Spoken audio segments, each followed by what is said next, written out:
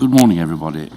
Today's proceedings will be transmitted via live link, save for a short period, which will begin at 2:15 until 2:30, when there will be a short private session to protect the interests of a non-state core participant.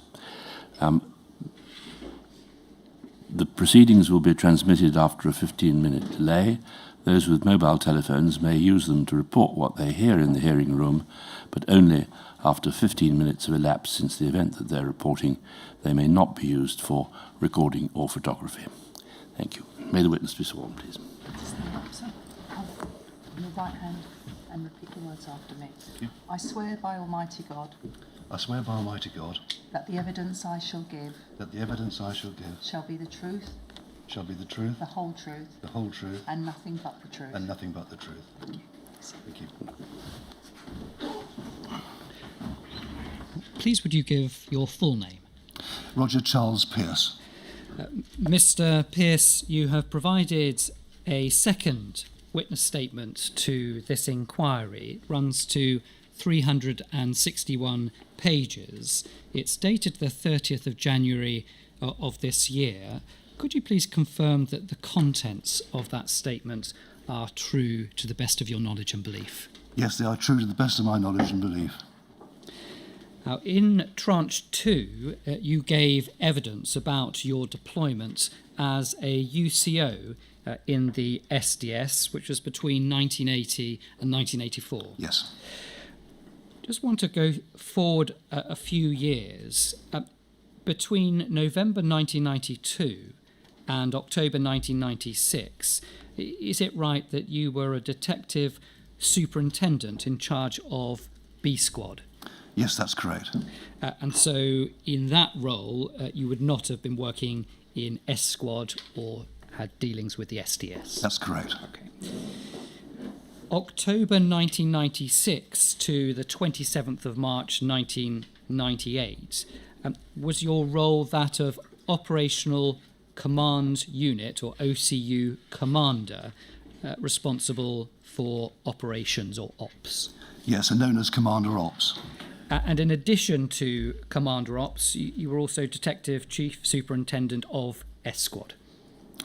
No, I was just Commander Ops as a Chief Superintendent, which gave responsibility for B Squad, the Irish Squad, C Squad, Domestic Extremism, E Squad, International Terrorism, and S Squad, Surveillance and SDS.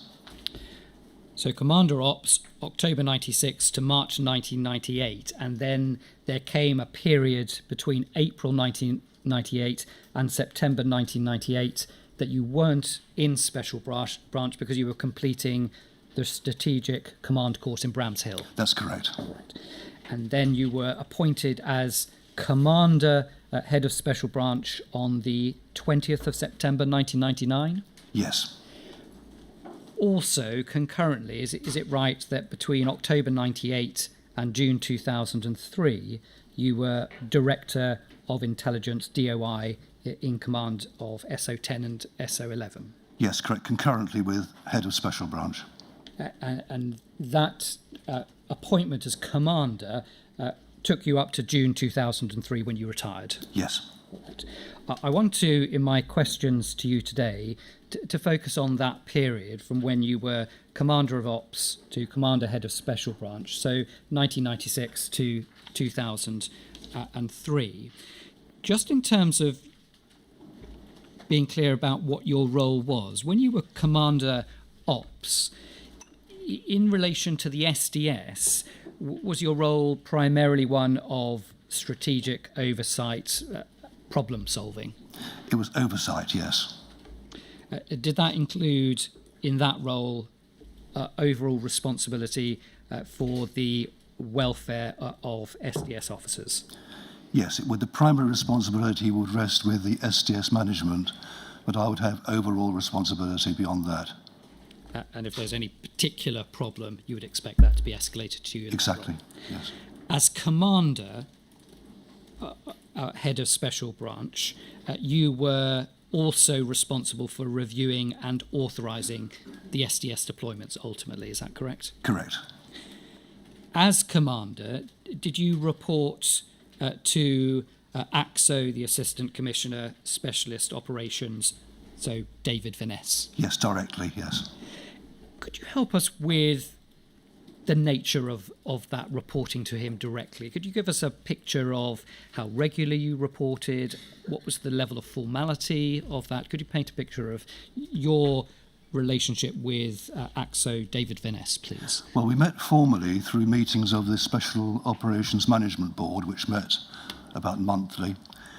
We'd meet formally at meetings of the Security Liaison Group, but we'd also meet informally in relation to any particular matter that he was concerned with or any particular issue which I identified within Special Branch or the Directorate of Intelligence.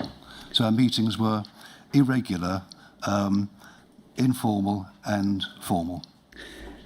Over a period of, say, a year, roughly speaking, how many times would you actually meet with him? I think over the period of a year, I would say 2 or 3 times a week we would have contact, usually face-to-face or else by telephone. Where would that be, face-to-face? Would you go to his office or would he come and see you? Would you meet at a... Yes, almost invariably down in his office on the 5th floor. Occasionally he would come up to Special Branch to meet in my office or else by telephone. And in terms of the formality of that relationship, were you friends at all? Was there any social aspect of that or not? Yes, there was certainly a social aspect as well, particularly at close of play when we'd have a chat about events in the day. So it wasn't friendship, but it was a good working relationship. I'm going to ask if we could please bring up on screen MPS 0749763. So this document is at your tab B193.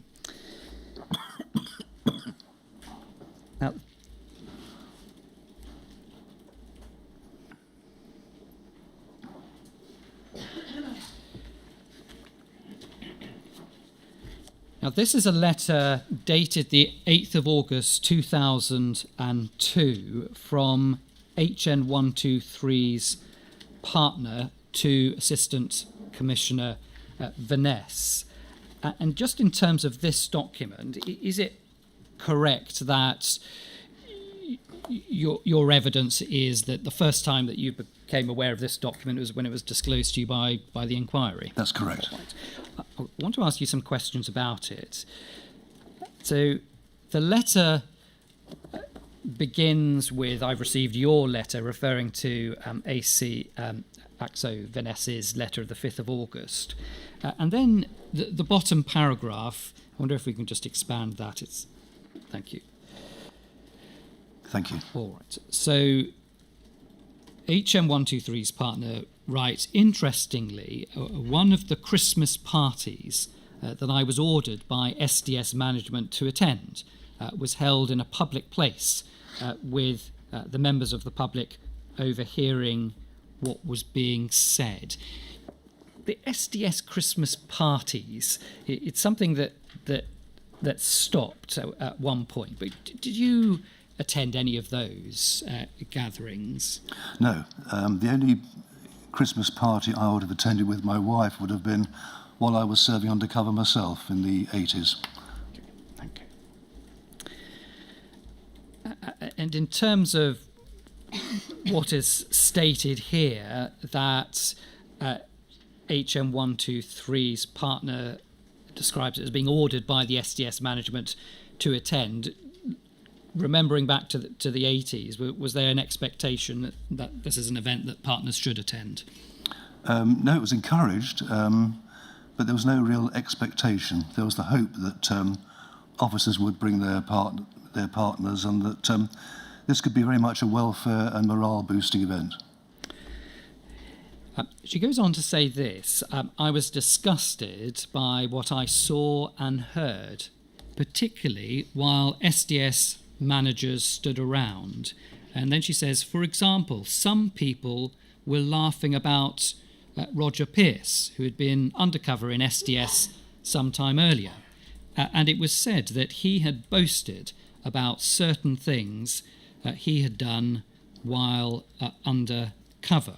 Now, you were not at this gathering that HN123's partner is describing. That's correct. Okay. But could you help us with this, that she describes some people laughing about you and talking about you in terms of reporting that you had boasted about doing certain things whilst undercover. Did you know, thinking back, what that might be a reference to? I have no idea at all.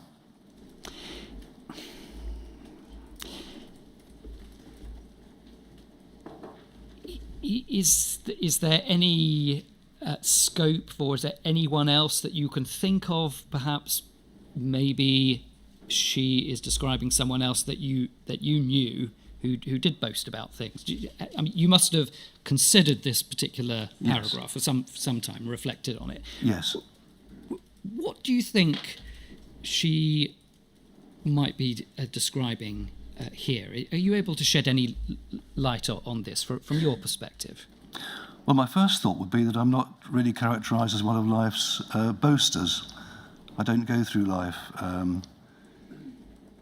in that way. So I just have no idea either the event she is referring to or the nature of the event. I can't think of any time at all when I would have boasted about my time as a field officer or even really talked about it.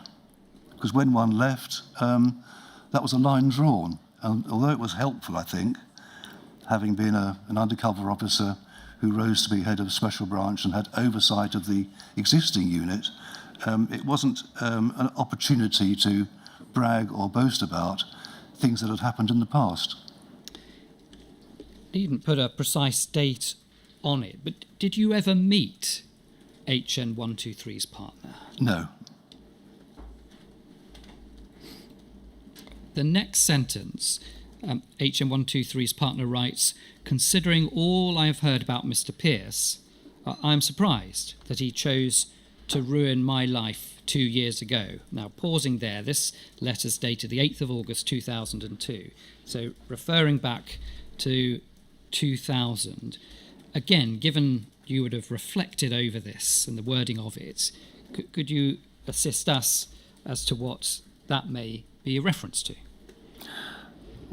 No, I can't think who HN123 is, although I have an idea. I'm going to stop you there. You have, Yes. I think, a file which has a list of HN Yes. numbers. So please, if you just take your time and you can see that in that list, you will see HN123. Yes, thank you. And it should provide HN123's real name and cover name. Having looked at that, does that help you with who?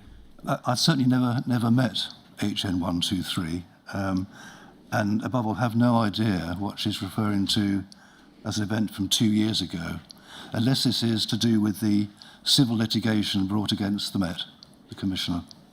Because you did have some dealings with that? Only, I think, in terms of writing a statement in relation to security necessarily to be imposed around that litigation. Did you do anything in the context of that litigation that may have slowed down the claim or made it more difficult for HN123? So Officer A and B, HN43 and HN123.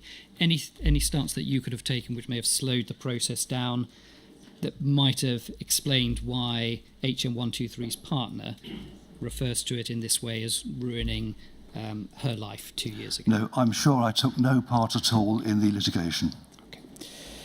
If we go, please, to the next page, so if we continue and if we look at the top paragraph of this.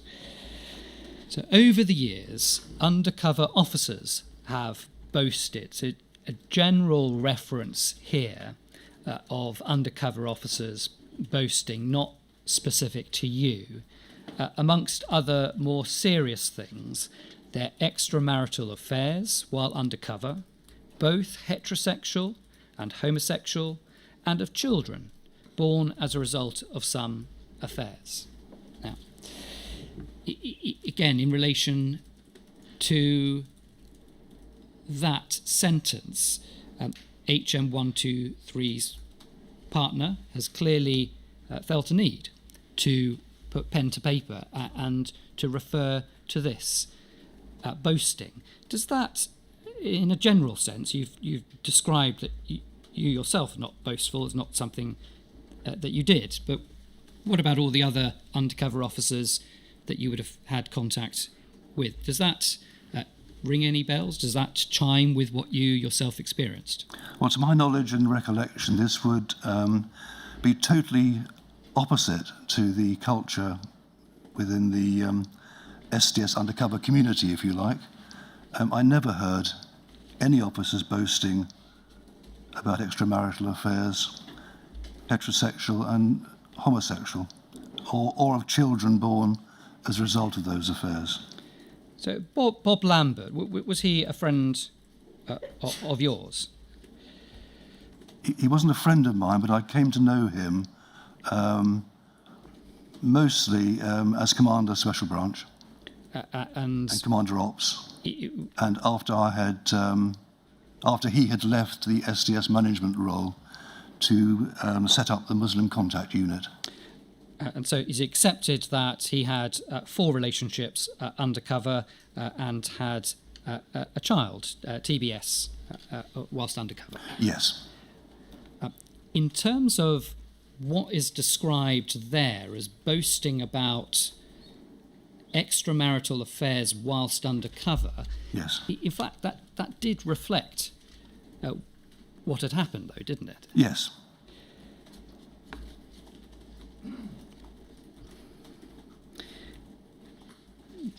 In relation to the undercover officers that were serving during the period of your tenure, Peter Francis has admitted to one-night stands.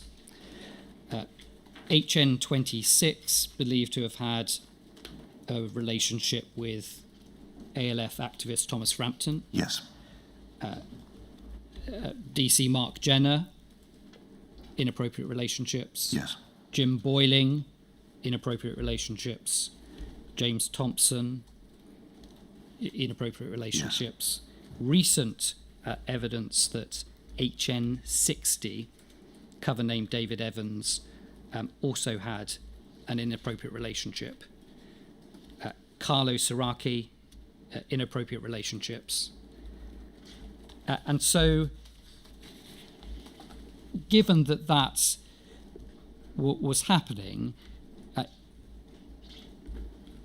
would you accept that the sentence that we have here, nothing to challenge that, even though your evidence is that you never came across the boasting itself? Correct. So we have, in this inquiry, heard evidence from many of those who have been impacted by these relationships, but they've been heterosexual. Are you aware of any discussion, any talk about homosexual relationships conducted in cover identities? No.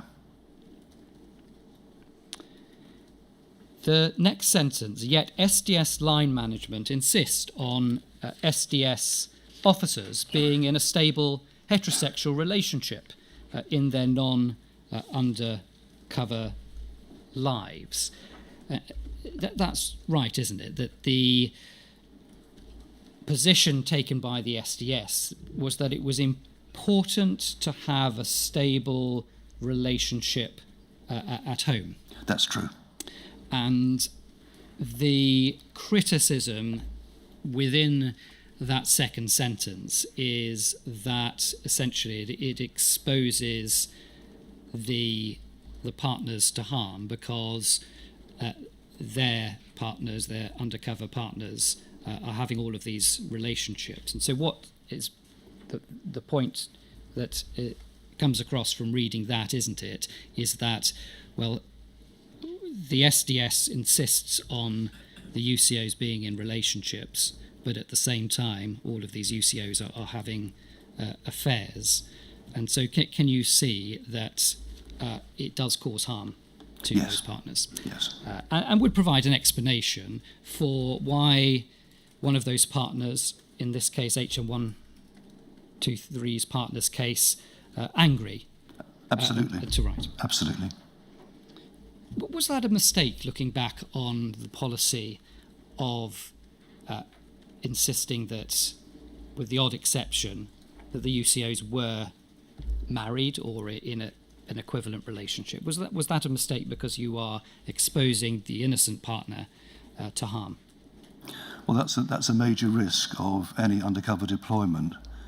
But the advantage of selecting officers who were married or in a stable relationship, both during the 1980s when I was serving as a UCO and much later when I was as Commander Ops and head of the whole branch, was that we still felt that the greater likelihood of a good outcome to any UCO's undercover career was to be married, perhaps with children, to provide the anchor to go back from the false life, the deceitful life, to the life of a loving family.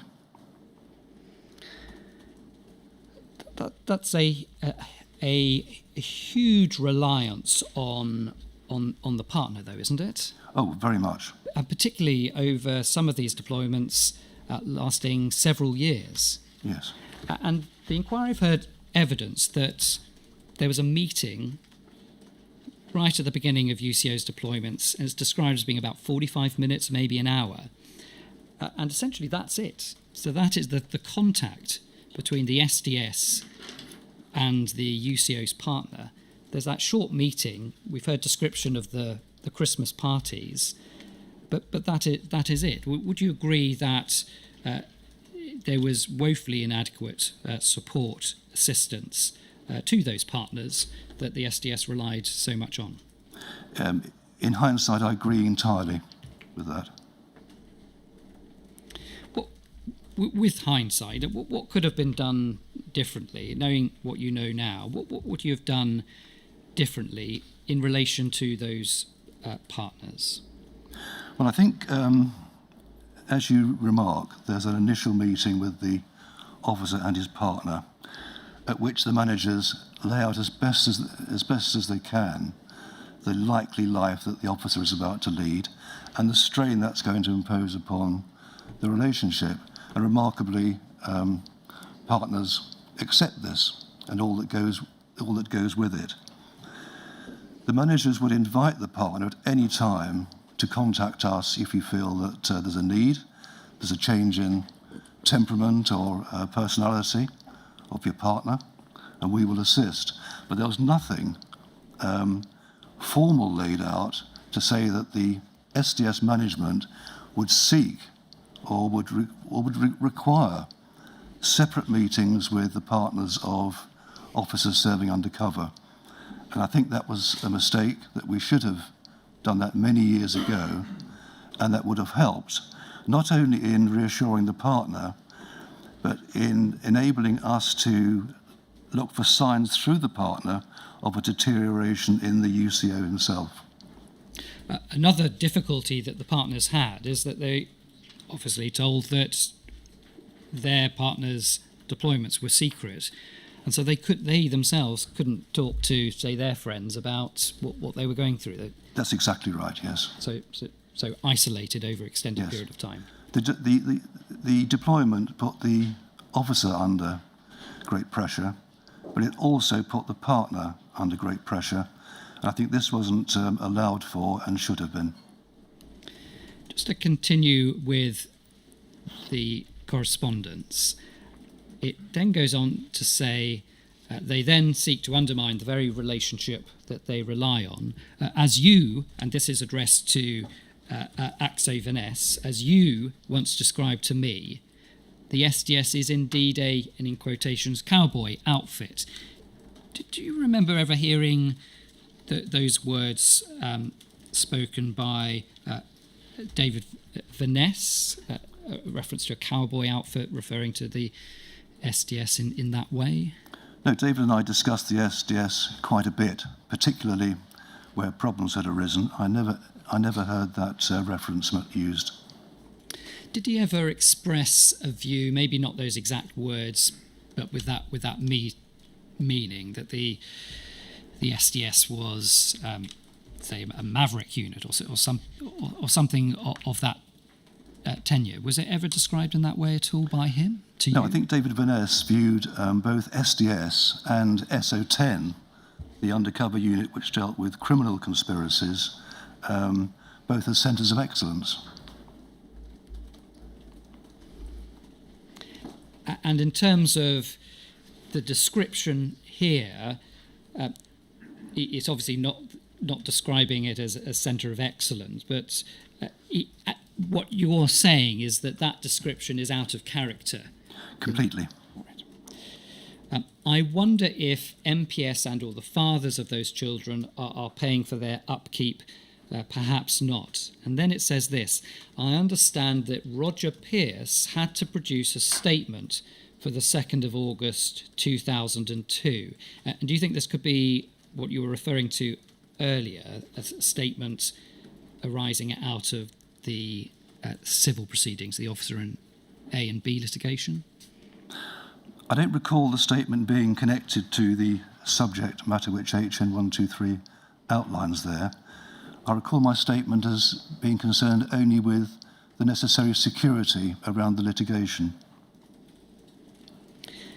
Just going through this letter, are you surprised, given your description of your relationship with David Vaness? Are you surprised that he never brought this letter to your attention? I am. Because the way in which you described your relationship with him and how often you would meet with him, this is just the sort of thing that, from that description, he would have talked to you about it. I would have thought so. And then continuing, it says, you will recall the obstacles that the SDS line management put up against my efforts to ensure that my partner did not have to complete a form for incapacity benefit. In relation to that, would you have had any dealings with that detail of the case brought by HN123 relating to, well, you're going to have to fill out a form for incapacity benefit and some disagreement about, well, is it really necessary that he does that? Yes. That sort of issue. Is that something that would have been, for want of a better word, beneath you, given your role, or is that something that you had any dealings with or knowledge of? Yes, all I can say is I have no recollection at all of anything to do with claims for incapacity benefit. All right, and then if we just zoom out again, please. And then we can see, please be assured that both you and your staff's well-being remain at the forefront of my mind, yours sincerely, and we've put a redaction label over HN123's partner. In terms of again, this is a letter that you have, as you said, since reflected on, but would you agree in terms of the emotion of the letter, it's anger about, one, the way in which her partner HN123 had been treated, but it's also a description and anger about the culture in the SDS at that time, particularly in relation to sexual relationships. It was the case, wasn't it, that given the list that I referred to earlier, that this was a time in the SDS's history where conduct of officers was particularly bad? It appears to be that way, yes. In some respects, if the description of this particular period, with all of those officers misconducting themselves in the ways we know about now, if someone were to suggest that this period here, when you had oversight responsibilities, if it was described as the nadir of the SDS in terms of morality in the way it conducted themselves. What would you say to that? Yes, firstly, this letter demonstrates with stark clarity how we should have done much more to support the partners of undercover officers. And secondly, it's a mark that it arises at a time of increased illicit sexual relationship activity among UCOs within the unit. Significant impact on the partners, but of course the impact that this inquiry has heard evidence from are those who have described how their lives have been affected, the activists or the individuals that these UCOs had sexual relationships with in their cover identity. You would have seen, for example, many of the statements or indeed their evidence describing how their lives were shattered as a result.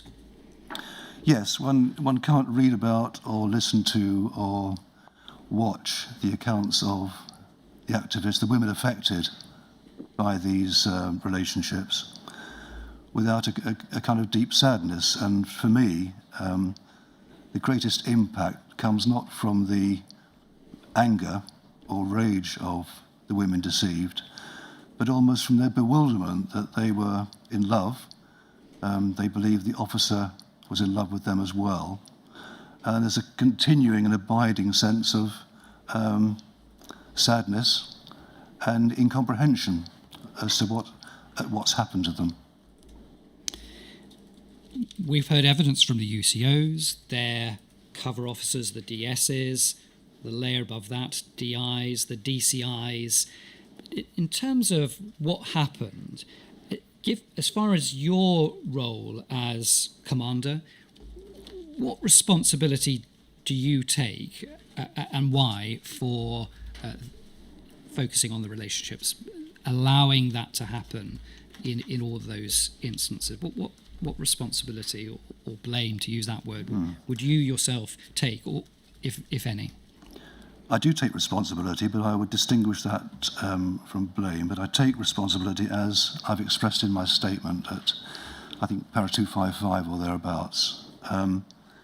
I should have done more to adopt a more searching approach to SDS management through Commander Ops. SDS management should have been more challenging of the officers for whom they were responsible. But above all, they should have made it known that this was discreditable conduct. It would not be tolerated. It was never authorised, either explicitly or implicitly.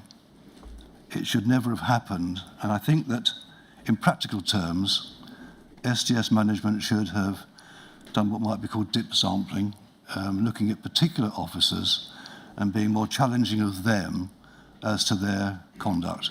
That was a failing on our part, but the blame, I have to say, rests not so much with the SDS management, but with the UCOs themselves, whose stock in trade is deceit, deception, and subterfuge, a cold calculation towards how they were going to carry out their undercover job.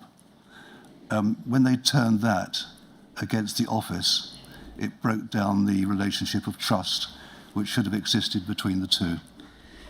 We've heard, for example, from DCI HN53, and one of the things that he said in his evidence was that, in fact, with the UCOs, when he first met them, that he was struck by the high degree of professionalism and integrity. Yes. And given the number of UCOs that engaged in this conduct, and you have made very clear in your answer just now that, well, blame lies with the UCOs themselves.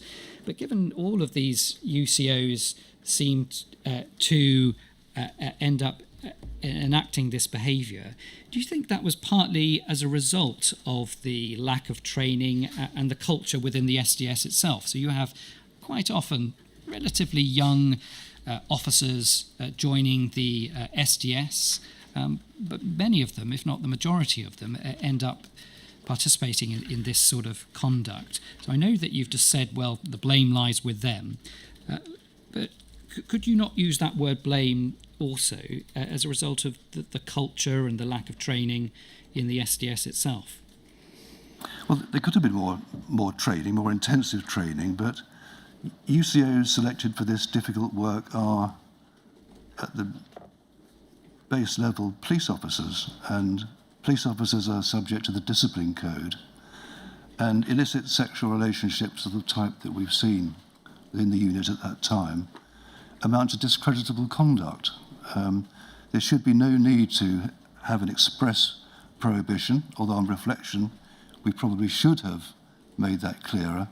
It's a matter of each individual officer being faithful to the oath they've taken as police officers and not having illicit sexual relationships forms part of that. It's against the discipline code, and it should be as plain to a UCO as rules about legal professional privilege, agent provocateur, involvement of undercover officers in crime. These are standard values which every police officer should cherish, and there's no excuse for the kind of sexual relationships that we've seen during this period. It's perhaps generalising, but in relation to many of the detective sergeants or the cover officers that we've heard from, their evidence has been broadly that they were oblivious to these relationships. That's true, yes. And when it was suggested that, well, that their management style, it should have been more intrusive, more searching, the sort of answers that they gave were, well, firstly, on a practical level, it's not possible to keep such close tabs on UCOs. And secondly, as soon as you start checking, for example, their phone billing, that the trust evaporates between, say, the DS and their UCO. And so what is your response to that? DS is saying, well, we didn't know about it, we just trusted the UCOs, and practically, how are we going to check on them? What would your response be directly to those DSs who gave evidence to that? I think twofold. One is that the only truly practical way in which you could uncover the kind of relationships we're seeing here would be to subject the undercover officer to some kind of surveillance, which would be obviously resource intensive and would completely break the trust that should exist between the SDS officer and the management. But the second point is that, as I've just remarked, if an SDS officer's conduct in the field is characterised by deceit, deception and subterfuge, that's the stock in trade, that's the way they carry out their business. If they turn that against the office, no overtures from the cover officer are going to breach that, because the SDS officer, the UCO, is going to be so determined to keep the knowledge of the illicit relationship secret, not least because exposure would lead to removal from the team. In terms of basic checks, for example, on accommodation, but also going back to phone records, you will remember, and we will touch on it in due course, you'll remember HN53 did a lot of work investigating HN16, Yes. James Thompson. But one of the basics things that he did was just obtain the billing for the phone, and then that reveals suddenly hundreds of calls Yes. to various women. So a very basic and practical step that in itself as well is not particularly costly. Again, in terms of preventing this sort of conduct happening in a similar situation in the future, there are a number of practical steps that could be taken to, for want of a better phrasing, keep tabs on the UCOs. Yes, there are, and I thought long and hard about this, obviously, with the evidence emerging from the inquiry. And I still emphasise that the effectiveness of SDS depends solely upon trust, both trust between the management and the officers and the cover officers who look after them, the DSs and DCs who look after them on a day-to-day basis. So trust trumps everything. And it will be very difficult to accompany a relationship of trust with a declaration that you're going to, from time to time, be monitored in terms of credit card payments, phone bills, and your general conduct in your life as a UCO. This would appear to be intrusive. But I think, knowing what we know now, this will probably be the best way forward and will be declared at the outset of the deployment. What would you consider the reaction to be for all of those individuals that were spied on over many years by the SDS in terms of all, and you have seen reports describing the minutiae of people's private lives. What do you think their reaction would be to say, well, you can't keep too close an eye on these UCOs because it's intrusive, given how intrusive the UCOs were in relation to their reporting? Yes, I mean, UCOs would, I think we've heard this a lot in the inquiry, be putting their comprehensive reports in to the office, and the word hoovering up has been used a lot, reporting activities or identities which aren't strictly related to the core target of the report. We're saying effectively, if we were to carry this through to its logical conclusion of telephone billing and checking up other aspects of the UCO's life, that SDS management would be applying the same kind of procedure as SDS UCOs were applying to target groups. I think you've described it as the jigsaw effect that, well, the officer Yes. it's not for the officer to determine whether a small piece of information is significant. It may well be in the future extremely significant. That's true, and it's kind of pattern of life reporting, which can be made sense of by those who are reviewing the reports and editing them and assessing them. Isn't a difficulty with that it is not compliant with the Regulation of Investigatory Powers Act? It's not RIPA compliant, because if you are to say, well, you hoover up everything because you don't know the detail that will make the difference in the future, in that respect then, how can you say that the reporting is proportionate in necessary? How can you have essentially an instruction to the UCOs, we want as much detail as possible, but also to say, well, that's proportionate, that's necessary? Yes, I think the UCO unavoidably will, in working among the target group, as a special branch officer, take on board everything they see and hear and report it back to the office. I think the issue of proportionality and collateral reporting is a matter for those in the SDS office who receive the raw report and from that generate a conventional special branch report. So I think it's those in the office who have a clearer picture of what's proportionate and what's reasonable, rather than the UCOs in the field.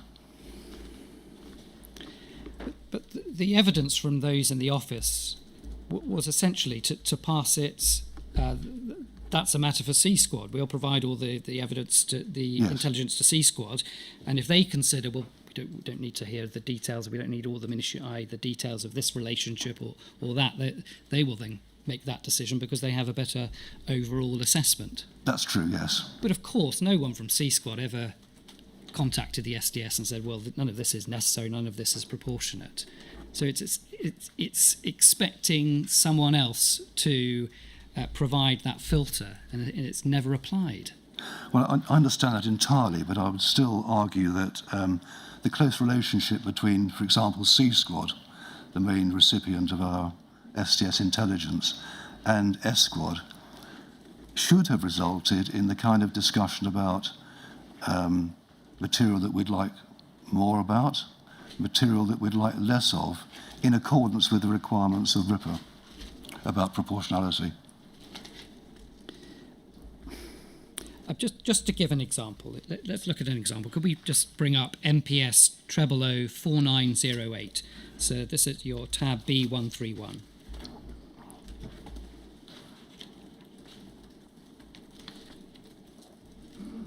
Yes. So we have Dwayne Brooks as a report, SDS intelligence report, 19th of December 2000. Dwayne Brooks' civil case against the Metropolitan Police continues unabated. He has been offered £75,000 in settlement. Is most unhappy with this derisory sum.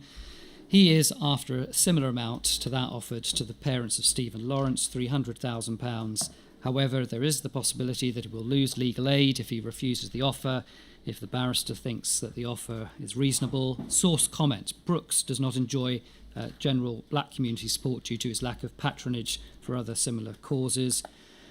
The Dwayne Brooks case is therefore unlikely to cause any future large-scale public demonstration. Yes, the source comment refers to public demonstration, but the body of the report is not RIPA compliant, is it? If you were going to give a talk about what is and what isn't RIPA compliant, this would be a good example, wouldn't it, of what is not compliant? I agree entirely. It's unreasonable, it's inappropriate, it's intrusive collateral reporting, and all I can say is that as a UCO myself, there's an instinct to write about everything you see and hear on the assumption and reliance that others will sort the wheat from the chaff. But this as a standalone document from a UCO in STS does not comply with RIPA. This reflects the instinct of the UCO to report everything for others to work through and detach those pieces of intelligence which are inappropriate. But there was never a filter. There was never a RIPA filter applied to any of it, was there? No, there was no one who did that. Yes, I can see that the instinct of the officer in the field was to, just as he had done before RIPA was implemented, to report everything seen, everything heard, for others to rearrange into an acceptable RIPA-compliant report. And then you have a position where a number of reports, they start mounting up in relation to, for example, we have here Dwayne Brooks, but we know the reports on the Lawrences. Yes. Because, as you've indicated, that was what the officers was there to do, to obtain as much information as possible and to put that into a report. But the result of that means that all of these individuals, completely innocent people, many of them family of people who have been killed in terrible circumstances, they have special branch reports on them, which is a huge invasion of indeed. their And privacy. I think with every social justice campaign, the objective, as I think others have already declared, was to monitor and report on extremist groups which were seeking to use the campaign for their own extremist ends. My point would be that by the very nature of this kind of reporting, there's going to be a great deal of intrusive collateral reporting, which is unacceptable because, as you rightly point out, it draws completely innocent people into the umbrella of special branch reporting. Can you see from their perspective that many of these justice groups were black justice groups? Yes. And so there's a disproportionate number of reports on black people. Yes. And in terms of many of the justice campaigns related to what had been caused by the police themselves. One of the most extreme examples, Jean-Charles de Menezes. Yes. So he is shot by police, and then reports are made in relation to the family justice campaign on the basis, as you said, well, in case they may be infiltrated by, say, left-wing wing groups. And so would you understand their perspective that they do not need the assistance of the police to stop people infiltrating their peaceful justice groups, quite capable of doing that on their own? And the last people that they need to help them, the people that caused injustice in the first place, such as the Stephen Lawrence case, Jean-Charles de Menezes. Can you understand that frustration? Completely, and it's worth perhaps also saying that special branch officers invariably supported the cause being campaigned for. Everyone regrets deaths in police custody, for example. Our concern wasn't the campaign which we applauded. It was the activity of those around the campaign who seek to foment disorder or disruption, or encourage, persuade, manipulate truly innocent people involved in the campaign, wanting nothing more than justice for those who had been injured or killed, to engage in a wider, more extremist reaction, which could foment disorder on the street or crime. But isn't it patronising to say that, for example, the Lawrence family were in danger of being manipulated by these groups? And again, in terms of these justice groups, tend to be from the black community. This suggestion that, well, they may be manipulated in some way.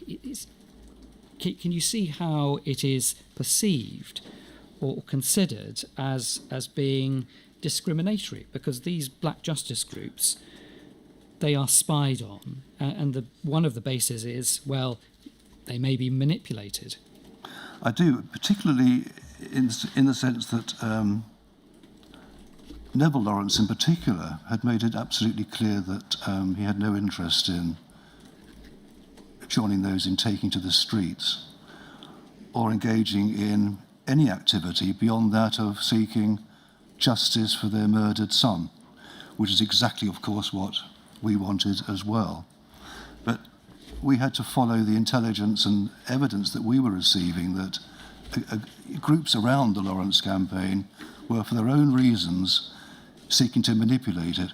And I accept entirely that does seem patronising to Dorian and Neville and their close-knit associates and family members, but that was how we perceived things within C Squad and the branch.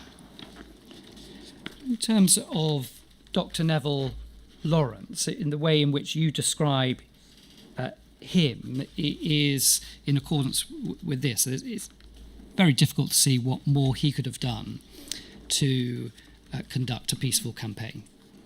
Yes. And yet, similar to the Dwayne Brooks report that we have up on screen, there are reports about British Telecom wanting to make a donation to his campaign and details of that. And so the result is that someone perfectly innocent has all these special branch reports on them. Is part of the problem that the forgetting the extreme nature of this tactic, the undercover tactic, that what you have here is an extreme measure. So you are using an extreme measure of an undercover officer for many, many years infiltrating the groups. And it is completely over the top and completely unjustified.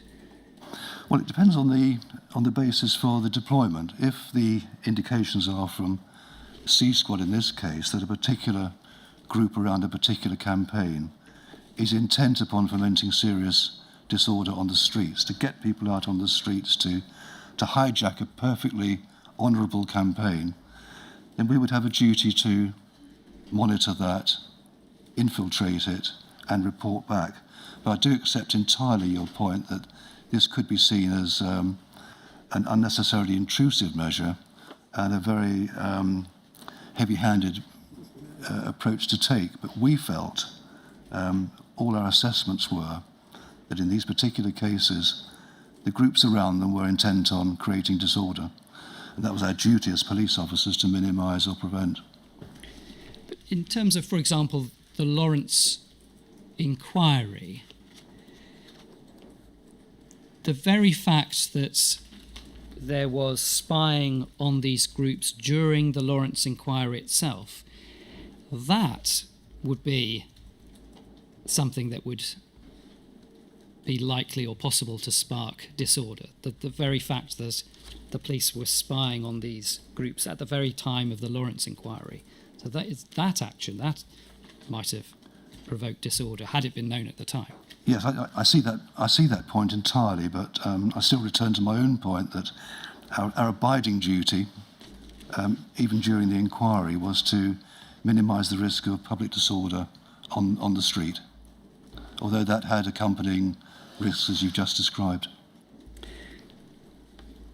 You referred earlier to something that could have been done more is perhaps more sort of dip sampling the deployments, so sort of going in and every now and again doing a deep dive, maybe taking a UCO Yes. aside, so we want to go into detail what you're up to at this point.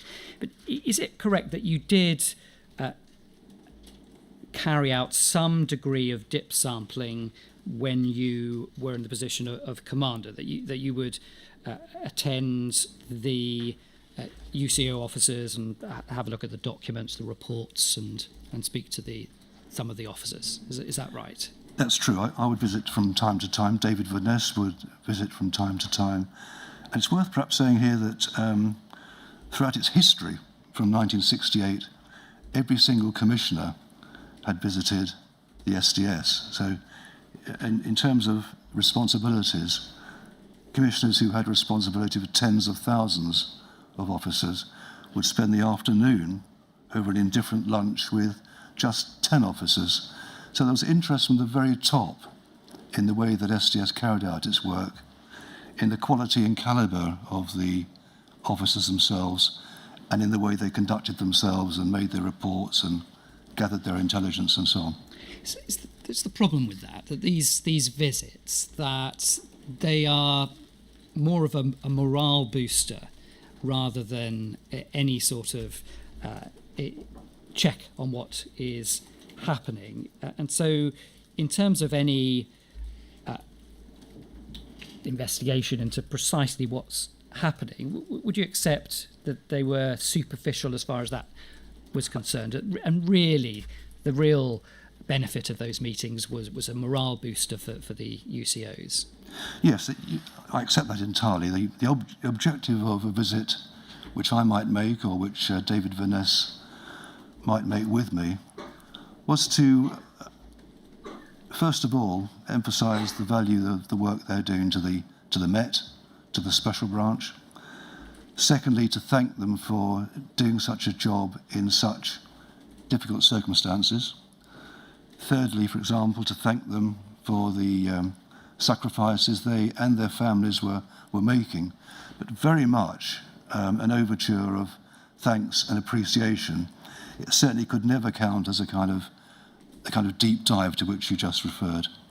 Was there any checking of documentation, so checking any training material, or I'll provide the context of this, because when he gave his evidence, DS Steve Beals said that when you or Colin Black would visit, the way he put it was this, that you would conduct a formal annual visit, and during this visit they, referring to you and Colin Black, would dip sample files containing guidance and procedures, reports and authorizations by random selection. And so that sounds a little bit like a check. Do you remember that aspect of sort of, well, I want to have a look at this, show me some reports? I do recall a couple of times when there would be, as you arrived, there would be reports put before you to read through, the most interesting of the intelligence perhaps created that month. So you would look at it, but I agree with you, it was largely superficial. It was a means of saying, this is an interesting report, thank you to the officer who produced it, and can we have some more of the same if and when required from C Squad? So it was still very much an opportunity to say thank you, we appreciate what you do, and by looking at the materials, we understand what you do and how you do it. Do you remember seeing any actual reports? So maybe not completely processed like the example that we've just seen, but maybe some more raw reporting. Would you ever see any actual reporting in that dip sampling in that sort of exercise, or not? No, raw STS reports weren't sent up to me unless they were of particular significance. But sorry to interrupt you. Sorry. Just in terms of those annual visits. So when what Steve Beals described, when you visit and there's the dip sampling of the files, did that ever include, because in his list of his dip sampling of files containing guidance and procedures, papers, reports, I know reports could also be perhaps description of file notes, but that dip sampling didn't include here are a few intel reports for you to have a look at. No. Okay. But what about the dip sampling of any guidance documents? Again, this is going back a long time, but do you remember ever asking, well, let's have a look at the guidance documents, or what are you looking at there? Does that help you recall those visits and maybe having a look at some of those types of document? I don't recall that, but the mention has brought back the memory of the so-called tradecraft manual, which is alleged to have been a training tool. This is something that I recall as a field officer from the 80s, which was a loose leaf binder of random aspects of cover and tradecraft. And I was surprised to learn that it still existed in a more formalised form during my time as Commander Ops and Commander. I hadn't ever seen this document, and it certainly wasn't one of those which I would have studied in the occasional visit. Well, we have seen, for example, in some of the documentation that new recruits, and I think it's on day 2, what do they do on day 2 is to study the tradecraft manual. After all these years, Yeah. You've described seeing some version of the 80s, but in fact it's been refined over the Yes. years. Could I ask, I wonder if we can bring it up on screen, it's MPS 0527597, please.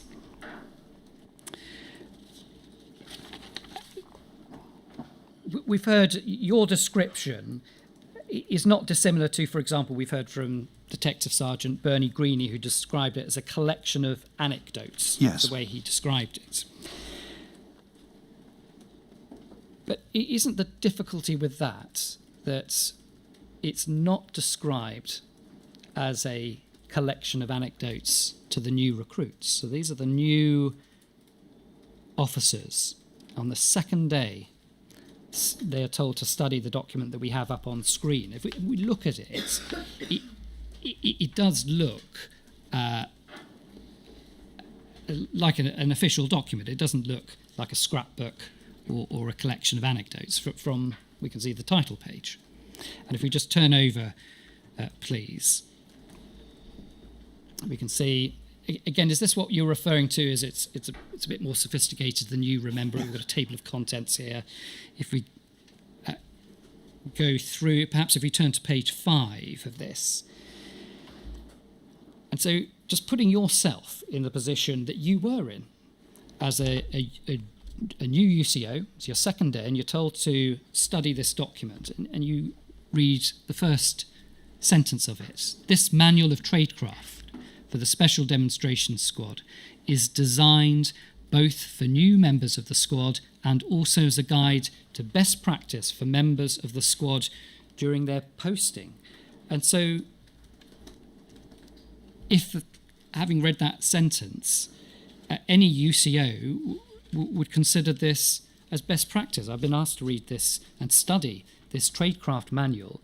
It's described from the outset as a guide to best practice. So after all of those years and all of those managers, instead of this being disposed of right from the start, it has been developed and every single UCO who went through the SDS would have been told to look at this and to study that. Isn't that, looking back in terms of what you described earlier about blame, isn't the blame in relation to how they acted, at least in part due to what they were provided with in terms of guidance and training? Well, yes, the loose leaf collection, which I referred to during the 80s, have been transformed into and developed into what looks to be a formal training document. That shouldn't have happened. I think the references to sexual relationships are wrong in every sense. No officer who joined SDS should have been encouraged or instructed to rely upon such a manual as his official form of guidance. But I return to the point that to engage in an illicit, deceitful sexual relationship with a member of the public whilst working as an SDS UCO is discreditable, disreputable. It's against the discipline code, and the responsibility for that rests with the officer himself. Any indication within the tradecraft manual that this conduct is inevitable or to be expected is wrong. So the document, I think, should never have been allowed to persist through the years to become a formal quasi-training document. This should be really a bunch of papers about tradecraft, the kind of accommodation to find to live in, the kind of employer who would best be able to serve your needs, the day-to-day conduct of life as an SDS UCO. It should not become a training manual upon which you would all rely. Isn't the problem with the training in the SDS, particularly for the new recruits, there was no real training. When managers are asked about, well, what training did the UCO engage in, the sort of answers that we've been provided with is a description of, for example, legend building. Yes. Of course, is important and necessary for an undercovers deployment. That's different from training for the actual role. And we've also had a number of DSs indicate, well, these are special branch officers. The UCOs essentially know what they're doing.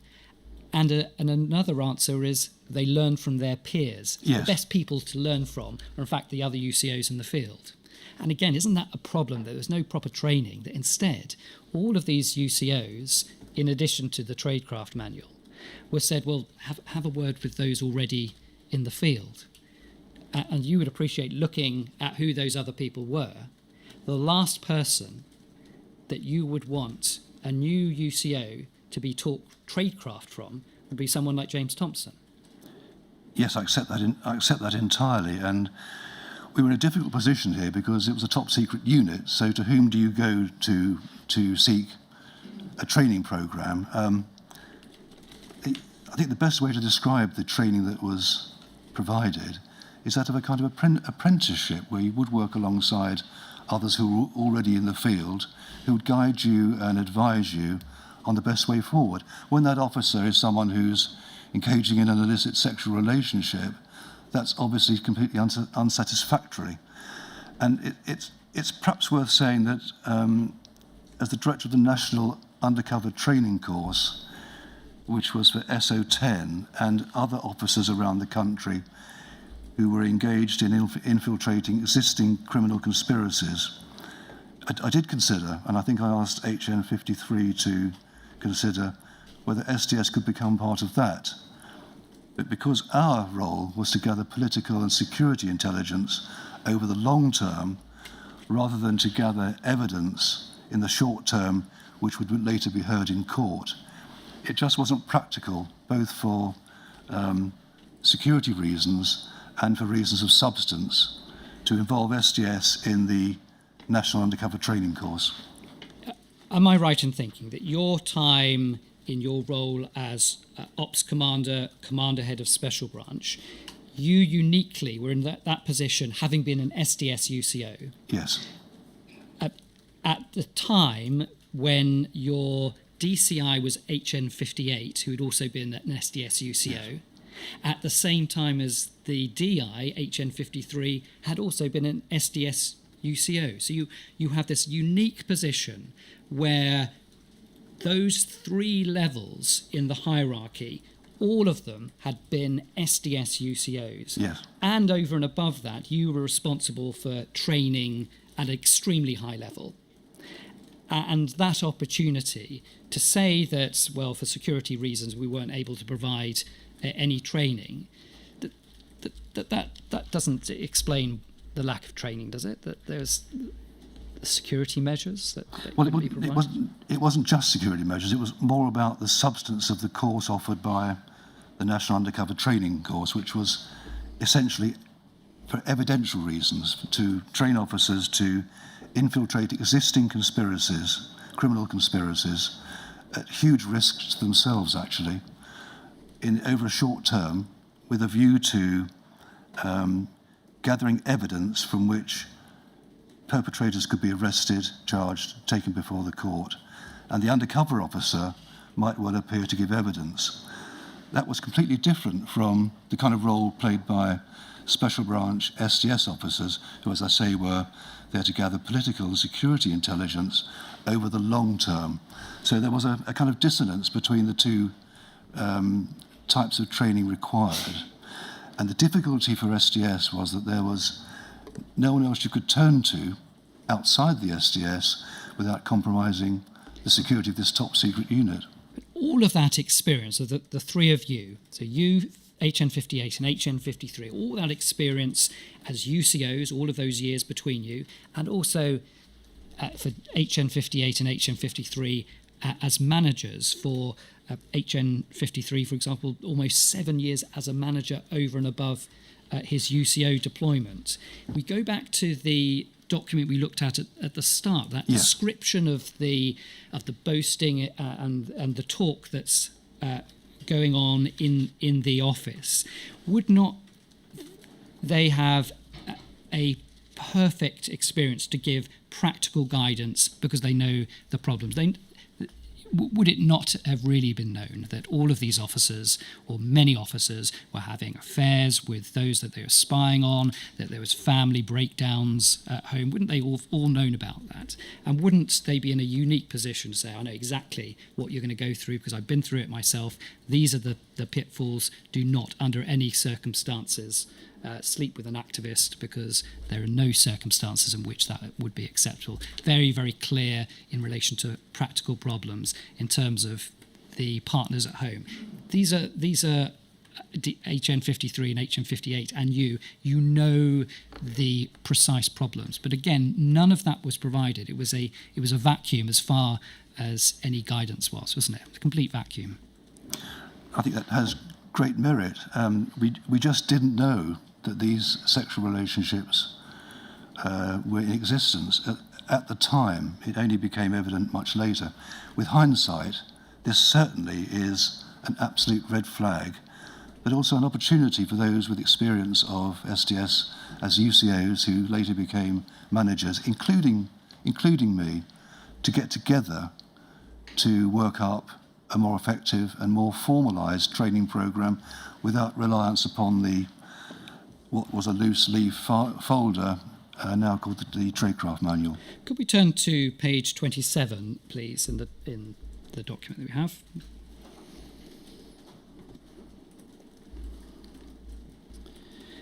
Because what you have just said in your evidence is that, well, we didn't know of the existence of these relationships. But if we look at it here, on day 2, UCO would read 5.6, sexual liaisons, the thorny issue of romantic entanglements during a tour as the cause of much soul-searching and concern.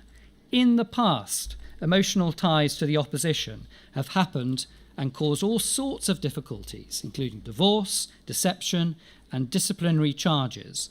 While it is not my place to moralise, one should try to avoid the opposite sex for as long as possible. So how can you say that, well, we didn't know this was in existence at the time, when a UCO on day 2 would have known, because he would have read, presumably because he was told to study it, he would have read all about the difficulties, the divorces, the disciplinary charges. So do you see that it is maybe difficult for someone listening to your evidence to accept that you didn't know, the SDS didn't know this was in existence, because we have the description, for example, in HN123's partners of the what was discussed and talked about, and there it is there in 5.6.1. So it was known about. Well, I think this really relates to something that had been known from the very start, known from the time when you, as a potential SDS UCO, meet with your partner with the office, that entanglements involving illicit sexual relationships are high risk. Not that they had happened, they were a constant risk, and they were when I was serving my deployment. But for me, the point was that from day 1 or day 2, as a deployed UCO, the catastrophic effect of a sexual relationship with a member of the public while serving as an SDS UCO upon not just the officer himself, but his family, is so great that you wouldn't even consider it, because it would affect the rest of your life, apart from the effect on the woman who's being deceived. So my point would be, from my own experience, the risk of what's called here romantic entanglements, I would call deceptive sexual relationships, is sky high. But we didn't know that these had actually taken place. And had I known, I'd have certainly taken action to deal with it, because it was an absolute red flag, not just for the officer, not just for the woman deceived, but for the officer's family and children and life ahead post-deployment. Now, we've referred to the paragraph they're going to refer you to many, many times, but I would want to ask your reaction to it. It's if we go to paragraph 5.6.3, please. So Thank you. here we have, and I think it goes on to the next page, and I think Yes. can, in fact, bring both of them up magnified, so thank you very much.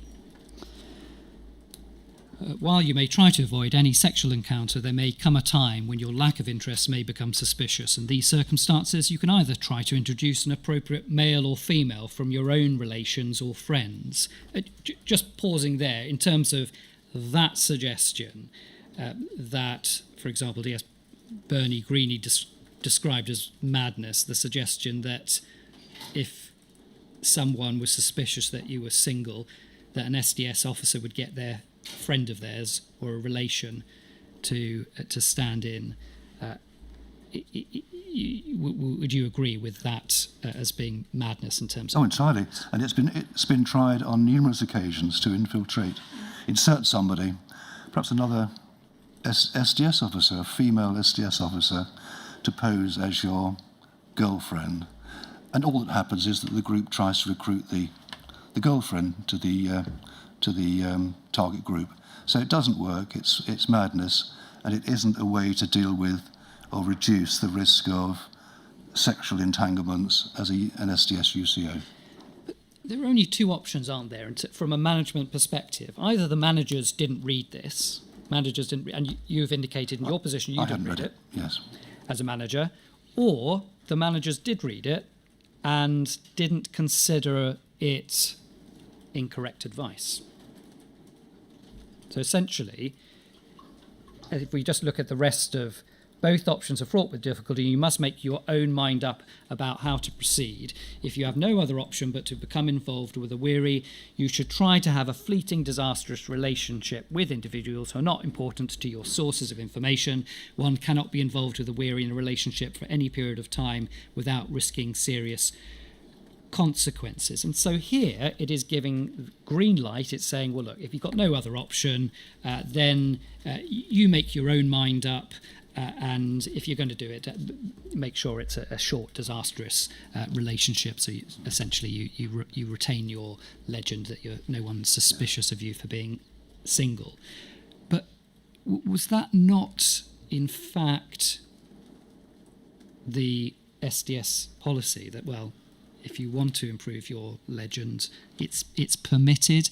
Perhaps try and avoid it as long as possible, but it's permitted. You make your own mind up. Don't trouble us explicitly. Don't ask for explicit permission of this. This is the guidance. This is the tradecraft manual. Just have a look at that. Wasn't that describing it now, described as madness? No, that wasn't policy. It was just a collection of anecdotes. But isn't the reality at the time, before the SDS was exposed, wasn't the reality that, in fact, this was the policy? No, it wasn't. And I think the first point I'd make is that this is completely inappropriate. It shouldn't have been there. It shouldn't be there to be read by new SDS officers about to enter the field. But secondly, more importantly, as I think the College of Policing have subsequently stated, sex should never be used as an operational tactic. The prohibition is there from the very start because the kind of activity we're contemplating here is discreditable conduct. It's against everything that we stand for. It's always doomed to failure, both for the officer himself and his family. It carries terrible consequences and is to be avoided at all costs. So the advice should not be as stated here. The advice should be that if you feel you're coming under pressure to enter into a sexual relationship, you revert to the managers for advice and guidance.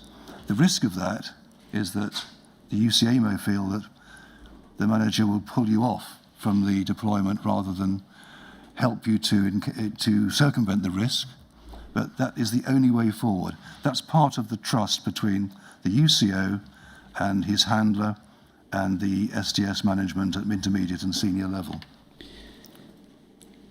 What would you say to this as a proposition, that the SDS was institutionally sexist, it was institutionally misogynist? Why?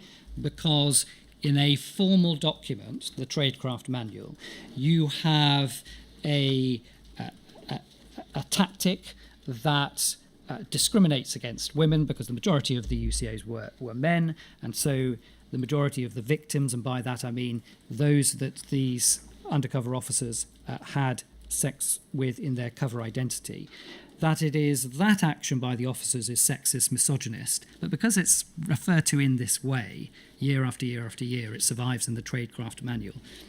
The argument being it's SDS was institutionally sexist or misogynist. What would you say to that as a proposition? Well, from the contents that you now have on the screen, that clearly does suggest that. It's an appalling paragraph within the document which shouldn't be there. It does suggest sexism and misogyny, but my own view is that within the team itself, those characteristics didn't prevail, that women were treated decently as one would expect them to be, and that there wasn't a culture of sexism and misogyny. Had there been, this would have been viewed as very serious and we'd have had taken steps to eradicate it. So in what way, when you say they were treated decently, in what sort of way? Well, treated with respect. There shouldn't be language about a weary who keeps coming on to you and you may have to enter into a sexual relationship. That is emphatically not the way forward.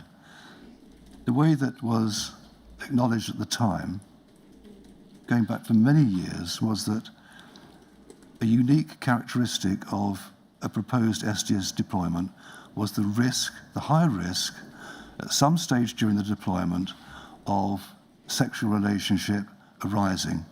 And the issue was, the intractable problem was, over a 4-year deployment, how would one deal with and diminish those constantly recurring risks? Because they were constantly recurring. You're a married person living the life of a single person. You're a conventional officer being required to lead an unconventional life. These kind of issues were inevitable, and they're important components of the trust between the STS officer and the STS manager to resolve on a daily, weekly, monthly basis. Just to use an example, James Thompson, we'll have a closer look at his deployment in due course, but so he had two relationships in particular when he was deployed. One of them we're calling Sarah. And she said in her statement to this inquiry, she said this: "I truly hope that whoever is responsible for allowing these relationships to happen may start to understand how utterly shattering they are. I hope he realises the extent of the damage of his appalling behaviour. It is shocking and unacceptable, and the effects are devastating.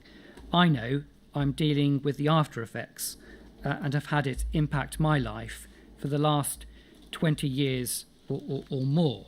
And so in terms of the language used, that treated decently, the impact in particular on women is severe. I agree entirely, and I return to my point earlier about the effect on their lives of these relationships and the reaction that they've made through TV, through the books, through interviews and through reporting.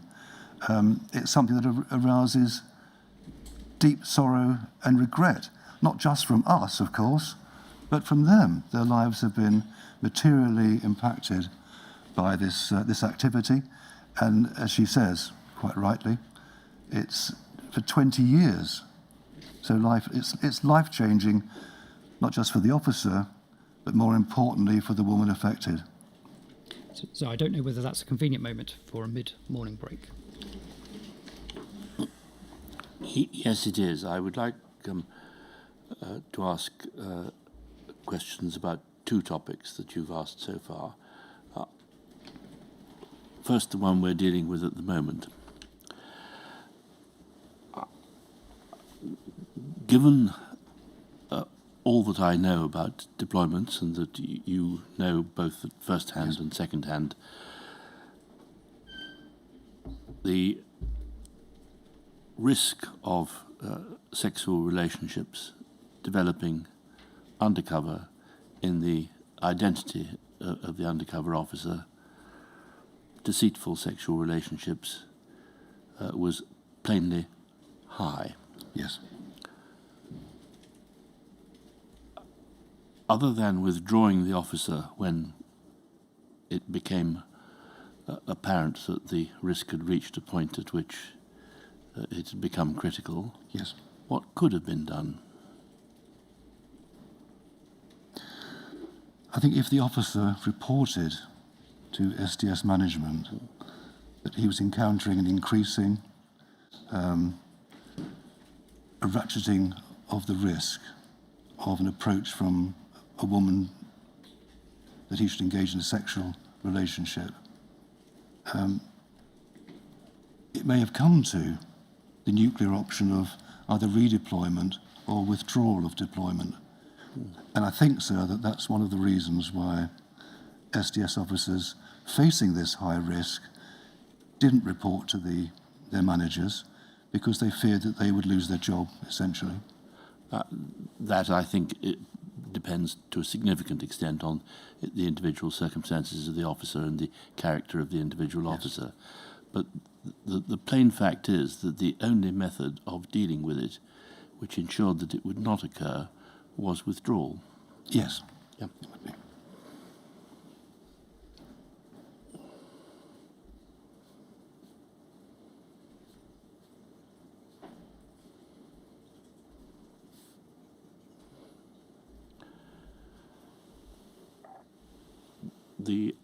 Mr. Ramble, the other topic I want to deal with is the infiltration of justice groups. If you're going to return to that topic later, Yes, I will. I will defer my question until later.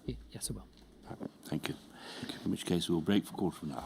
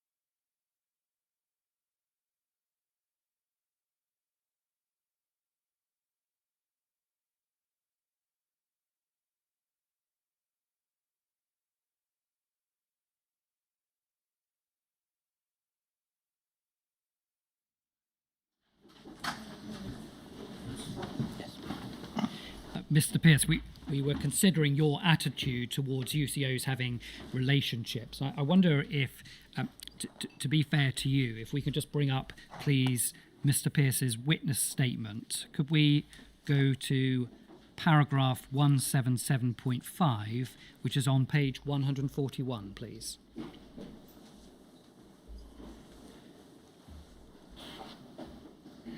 So I know you address this topic in a number of places in the statement, but here you set out that you did consider the sexual relationships as a disciplinary matter in their own right. Yes.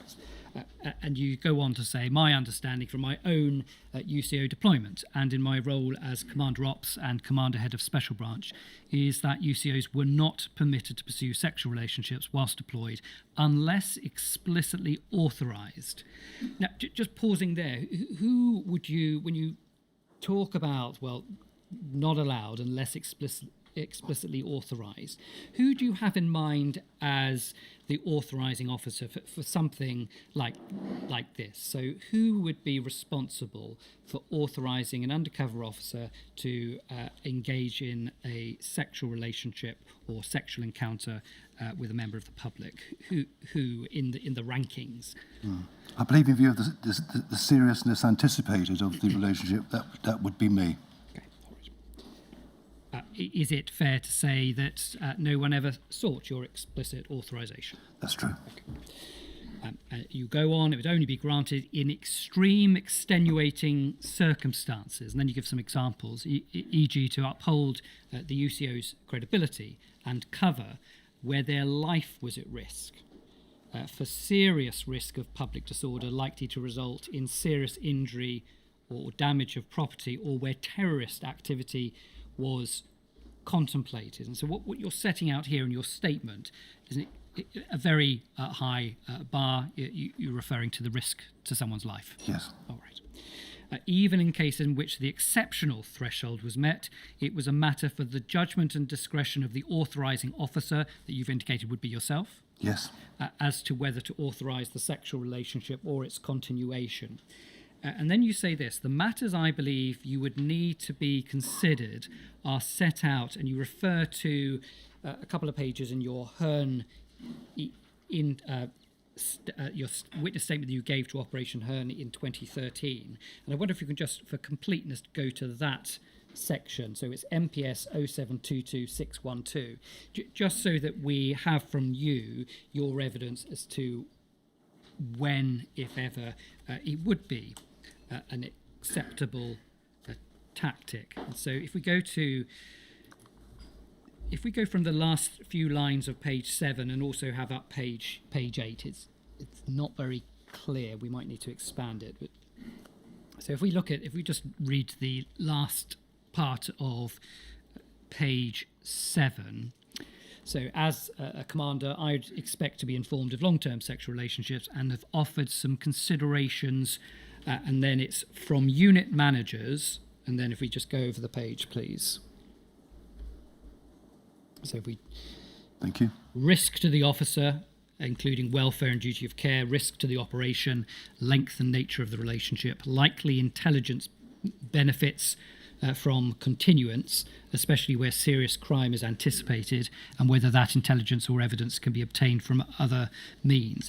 Again, just provide us with some assistance in relation to what you're providing in your statement here is a set of criteria almost in terms of articulating when, if ever, it would be authorised. But apart from appearing here in your Hearn statement, is there any other document that contains any sort of criteria in which to judge whether authorisation might or might not be provided? Well, I think just preface my remarks by adding, as others have done, a health warning to Hearn documentation, which I think, as we've heard, tended to be the result of informal conversations, briefings, almost encouraging a stream of consciousness or a freewheeling of officers to explain to the interviewing officers what STS was and how it worked. And this would fall within that context, although I do support what I've written there. and I would argue that today. So that's as it stands. I would say the closest, in answer to your question specifically, the closest parallel authorisation I could find would, I suggest, be the College of Policing advice, which I think is about 2012, which, as I said before, is that sexual relationships should never be used as a tactic, but there are occasions when they will be justified, particularly around immediate risk or threat to life of the officer or others. But I should say these will be vanishingly rare, and I should also add that none of these criteria apply to any of the sexual relationships which have been revealed by the inquiry involving STS officers. And so, for example, here we can see, and your point is that, well, when the statement's taken, you're encouraged a free-flow conversation, and then suddenly all of these bullet points appear. It's not a formal document in that sense. But we can see in terms of likely intelligence benefits from continuance of the relationship. But in terms of the relationships that the inquiry has heard evidence of, the circumstances are not such that the undercover officer is entering into the relationship in order to obtain intelligence. That's true. Essentially, the officers are entering into relationships for sex. Yes. And so this is not a situation where all of these officers, that Jim Boyling, James Thompson, Carlo Soraki, Rob Hastings, they're not entering these relationships to spy on the women or the people around them. It is for their own benefit. Yes, and it's been described, I think, elsewhere as a means of turbocharging your cover, which is obviously completely unacceptable. It's been described as an essential part of, deep fishing, an undercover officer who's a deep swimmer. This isn't adequate. It isn't applicable. It certainly isn't justified. The kind of situation I am contemplating is intelligence which leads to exposure of most likely a terrorist attack, or, for example, a means of getting behind the production of a bomb, or even a crude anarchist device, means of entering or infiltrating activity involving firearms, a means of infiltrating activity involving, for example, a breach of military bases with an intention to inflict serious economic damage on, as we've seen recently, on aircraft. I'm contemplating, for example, breach of a factory making a particular product to damage equipment in that factory and going equipped with, for example, sledgehammers with which you may injure a police officer. So I'm contemplating what might produce the grounds for me to grant authorization, but I'm using existing examples which we've seen reported recently, or fairly recently, as the kinds of things which might justify that authorization. But I should add this would be taken with great care because it would impact upon the officer, the woman deceived, the officer's family, and have other significant implications, and would need to be carefully considered with Commander Ops and with the STS management team.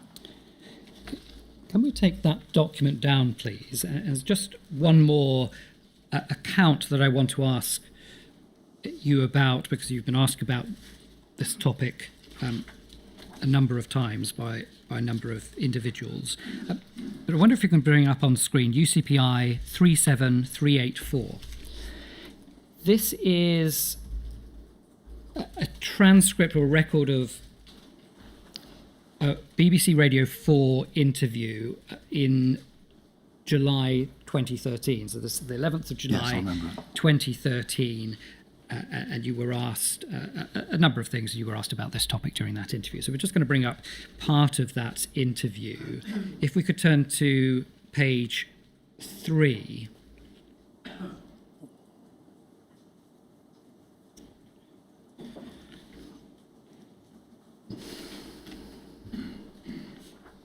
I wonder if we can also have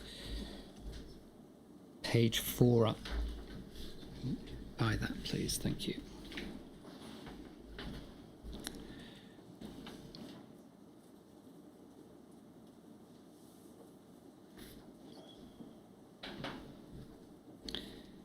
Now, you can see, in terms of the pagination, I wonder if we can, sort of move over one. If we can look at the page on towards the right, can you see towards the bottom, there's line numbers. Can you see line 32 on Yes. that page on the right? So Miss Abbott, the person interviewing you, and she's saying, speaking to Roger Pearce, describing that she's talking to you, and she says, I got the impression, providing officers didn't blow their cover and kept supplying intelligence, they had a fairly free rein. For instance, there were no rules banning sexual relationships with people's groups you were infiltrating. So was this behaviour sanctioned? You're asking a similar question to the topics we've been addressing. And then this is your answer. Unpalatable though it is, the state, the country, the government, the branch was inviting individual officers to live a false life for 4, 5 or more years. The false friendship can develop and escalate into a sexual relationship. So it is, and then you say it's almost inevitable that these took place, and I'm making no moral judgment about them at all. And so, of course, this is a radio interview, but it's the benefit of it. It's not a Hearn statement, so it is directly what you said. But the description of them being almost inevitable, aren't you not saying here that rather than, well, we didn't know anything about these relationships at all, the way in which you describe it, and the reason for that, because the undercover officers are deployed for so long, you're not accepting that it is almost inevitable that these took place? No, I think my position would be that, as stated earlier, the risk of undercover operations resulting in sexual relationships forming was high. The inevitability of it, I think, comes from the fact that by the time of this interview, various relationships have come to life, revealed by the media. And so I'm saying these were inevitable. And I think the Commissioner Bernard Hogan-Howe had appeared before the Social Affairs Committee, Home Office Committee, and said that in SDS, sexual relationships were inevitable. That wouldn't be my position. My position would be that the risk of them was inevitable, but in the event, they have taken place, and so they were inevitable. So it's perhaps a bad use of wording by me there, but that would be my position. Maybe overemphasising a single sentence, but it says, so it is almost inevitable that these took place. Then you say this, I'm making no moral judgment about them at all. Why couldn't you make a moral judgment about them? Why couldn't you say, or why didn't you say, they're completely immoral? Why take that neutral stance in the context of this interview? Yes, my explicit reason for that was that there was a possibility, as they emerged, that some sexual relationships would have been found to be justified. The Met appeared to, not by this time, have produced its settled opinion on the appalling nature of these relationships and its sorrow and regret about them. Those statements, I think, hadn't come through for all the relationships. There was the possibility that some of them would have fallen into the category I've described earlier, in which retrospective authority may have been given to the officer to engage in a relationship of this type under the circumstances I talked about just now. But I would just finally distinguish between retrospective authority, where the events we're concerned about are already happening and the officer confesses to a sexual relationship running parallel, and the notion of prospective authority, where the officer is saying, if I have this relationship, I shall find out more about the potential terrorist attack. In that situation, we would instruct the officer to withdraw from that proposed course of action, and we would resolve the anticipated attack or criminality by other police means, such as surveillance or technical attack and so on. Just in this passage, so the next sentence, it goes on to say, you say this, it's the decision of the individual officer how he would conduct his time in the field. And then I wonder if you can just go a little further down in this transcript.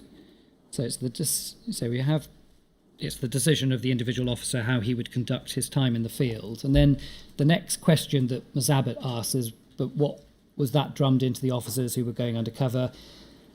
And you say, I don't think it was actually. And then you say something similar. I think each officer was invited to lead the life in the way he thought best. Now, in terms of those sentences, they're saying it's the decision of the individual officer how he would conduct his time in the field. You're not making any moral judgment. And then saying, I think each officer was invited to lead the life in the way he thought best.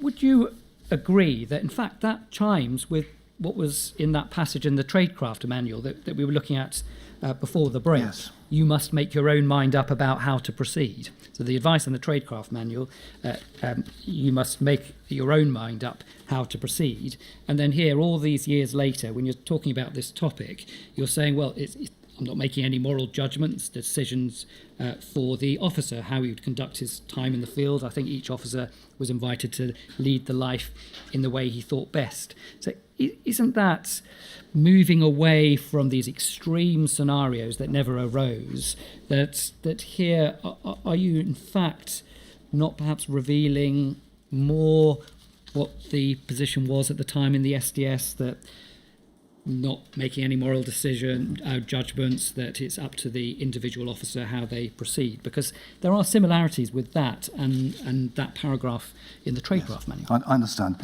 I think the point I'm making here, and also reflecting on my own time in the field, it's really a reference in effect to the high degree of autonomy afforded each officer because of the inevitable result of leading a life for 4 years undercover. Necessarily, we had to grant them autonomy. That's really, I think, the statement I'm making there, perhaps not in the clearest way. But it was, in fact, it logically follows that because of the autonomy, each officer had to plot his own course through those 4 years. And that plotting would involve escape from, avoidance from, the risk of sexual relationships developing because you're a married man being deployed as a single man, with all the difficulties that involves. Had you, we'll come to some examples, but had you known about it explicitly, so for example, if we take DC Mark Jenner, HN15, so just in terms of context, so he was recruited 1994, began his deployment in 1995, up until spring of 2000. He had a relationship with Alison from about spring or summer 95 all the way to towards the end of his deployment, and he lived with her from February 1996. Okay, now you have provided evidence in your statement that you knew nothing about this relationship. Nobody told you about it. Correct. What about if you had discovered it? So you're in a position of Commander Ops or Commander Head of Special Branch, and let's say one of your DIs or DCIs says, I've got something to tell you, and let's say they explain to you, this is what Mark Jenner's been up to. He's been living with Alison since 1996. He's in a long-term relationship with her. How would you have reacted to that at the time? What would you have done? You study what intelligence the officer is providing, which we should know about anyway through the past reporting. The only effective method of dealing with that, I believe, is to withdraw the officer in a very carefully calculated way, because the damage to the woman deceived is so high. The risk to the officer's family is so high that as the SDS overseer, which I was, I couldn't tolerate that continuing, because of the collateral damage, apart from the risk to the overall operation. So that addresses withdrawal of the officer. You maybe wouldn't do it instantly because you don't want to reveal that he was an undercover officer, but your answer was that he would be withdrawn. But what about any disciplinary matters? Would that feature at all, or not? Would withdrawal from the SDS itself be considered by you as an element of discipline in itself? I think withdrawal would be highly punitive to the officer, especially one who you just mentioned, like Jenna, is, despite everything, involved in producing outstanding intelligence. And my view would be, with him and some others as well, that the wrong they've done doesn't eradicate the good things they've done. But despite all that, the overriding concern is that such a relationship couldn't be allowed to continue, and the only effective method of resolving the issue would be withdrawal of the officer. Is that, given what you know now about the impact on the women that these officers had relationships with, is just withdrawing them or bringing their deployment to an end, is that really sufficient punishment, or in a way is it no punishment at all? They'll be moved on to another job in the police. As I said earlier, it amounts to discreditable conduct. It's against the all values of policing. It is a disciplinary matter, but one has to weigh that with the possible effect on the security of the unit of engaging in a formal process of discipline. My own view would be, to answer your question specifically, that withdrawal from the unit will be seen by the officer and by those around him as a serious disciplinary action which has a serious punitive effect. And that would stand on its own as the preferred course of action, I think. When you say security of the unit, do you mean by that there is a danger that if you start to take disciplinary action against a UCO for such misconduct, the real risk is that they may give the game away? They may talk about the SDS and become hostile to it. Is that what you mean about the security of the unit? Yes, by and large, yes. Yeah, and also the concern that if the officer is, for example, placed on a discipline board within the main body of the Met, there's a high risk that the SDS existence and practice becomes exposed. Is that not almost saying that these officers, to some extent, are untouchable? Putting it maybe in extreme language, because you can't discipline them, because if you properly discipline them, they'll blackmail the unit and they'll talk, and so there's nothing really we can do. We can bring their deployment to an end, but that's about it, because there's a danger they may blow the whistle on the unit. Well, yes, there is that. I think this has been discussed in earlier evidence as well.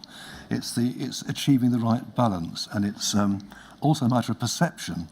How is this seen by others affected by SDS work within special branch as a whole? Are officers who are defaulting seen as getting a less onerous punishment than conventional special branch officers, for example? But my own view would be that on balance, this would be an effective way of dealing with and resolving a very serious problem. If we look at another officer, Jim Boiling, so he was deployed between 1995 and withdrawn right at the beginning of January. He had relationships with Monica, Ruth, and Rosa. In terms of the documentation which you have seen, do you recall, for example, the emails from Rosa trying to track Jim Boiling down, expressing her love for him, and reaching a stage where she phones the SDS duty phone and the office? Do you remember that? Yes, I do. Now, at the time, what were you told of any of this at the time? I didn't know anything about it at the time. What is your reaction to that? In terms of surprise or shock that that Rosa calls the SDS office trying to find Jim Boiling, and I think you've said from your reading of the documents, as far as you're concerned, looking at in black and white, it seems obvious that there had been a relationship there. But what's your reaction to not being told about any of I should have been told. Do you know why, in terms of the culture, that you weren't told? Because is it because of the culture that, just as a UCO, you indicated wouldn't want to tell their managers, so the managers in turn perhaps wouldn't want to tell you to give you a bad news story? Was there a danger of that culture existing, or did that culture exist? Hence, you're not even told that Rosa's phoned the office. Well, this would fall clearly into one of those criteria I described at the very start, where my involvement in SDS is as an overseer, but I'd expect to know of any critical incidents or major problems developing or occurring. This would fall into that category, so I should have been told. I think I wasn't, because the SDS management team probably felt it could be resolved internally. They could get through this and protect the operation. And there may thirdly have been a feeling that, knowing my attitude, and that of Colin Black actually, to these kind of illicit sexual relationships, that this would arouse our strong displeasure and executive action to deal with the problem. What is your, and you have followed to some extent the evidence in this inquiry, yes? So yes. Where you have, and again generalising, but this is the evidence that we've heard, you have UCOs who say everyone knew this was going on. You then have a level above them, the DS is saying, I had no idea this was all happening around me after all of these, year after year, I just didn't know. And then the DI saying, well, I was never told about this. The DCI saying the same thing. And again, in terms of what you have just described, your position is, well, if it had happened, they would have been withdrawn, but I was never told, and so nothing was done. And so in terms of, inevitably, would you accept that there has been a finger pointing by every level in terms of who is responsible for allowing this to have happened? Well, I think my principal point in relation to that would be that, looking at some of the evidence, it's quite clear to me that even the officers themselves who were involved in these deceitful sexual relationships weren't admitting to each other that they were doing so. This seems to have been done in complete secret, probably because they feared the consequences of disclosure or declaration. So I really do believe that the SDS managers did not know and were not informed about sexual relationships. And even where there were conversations between the UCOs and their cover officers, the DSs who were closest to them, and upon whom we heavily relied, there were not admissions or confessions made there. I truly believe that the SDS operatives involved in these relationships kept them secret because they feared the consequences of exposure. But in relation to that, well, you know, these are undercover officers. They were trained to deceive, but those above them, the DSs, the DIs, the DCIs, yourself, you're not naive individuals. You have lived that life. Yes. And so when, for example, a DS says, I didn't know this was happening around me. I can see it now, and I just missed it. If someone were to react, you are not only a trained detective, but you've been an undercover officer, you spend your life spying on people, the minutiae of people's lives. How do you explain that it was missed time and time again? How was it? Because These were experienced detectives, weren't they, including yourself? How could they miss it? Yes, they were. And for my own part, I think as I described earlier, I knew from first hand, from my second day of deployment, that the prospect of a sexual relationship was so serious, so potentially damaging, so potentially catastrophic to one's job, but above all, one's family and one's future life, that you wouldn't contemplate it because of that. So I think possibly I'm impacted by and influenced by my own experience as a UCO, that this would be completely beyond the pale and could not even be contemplated.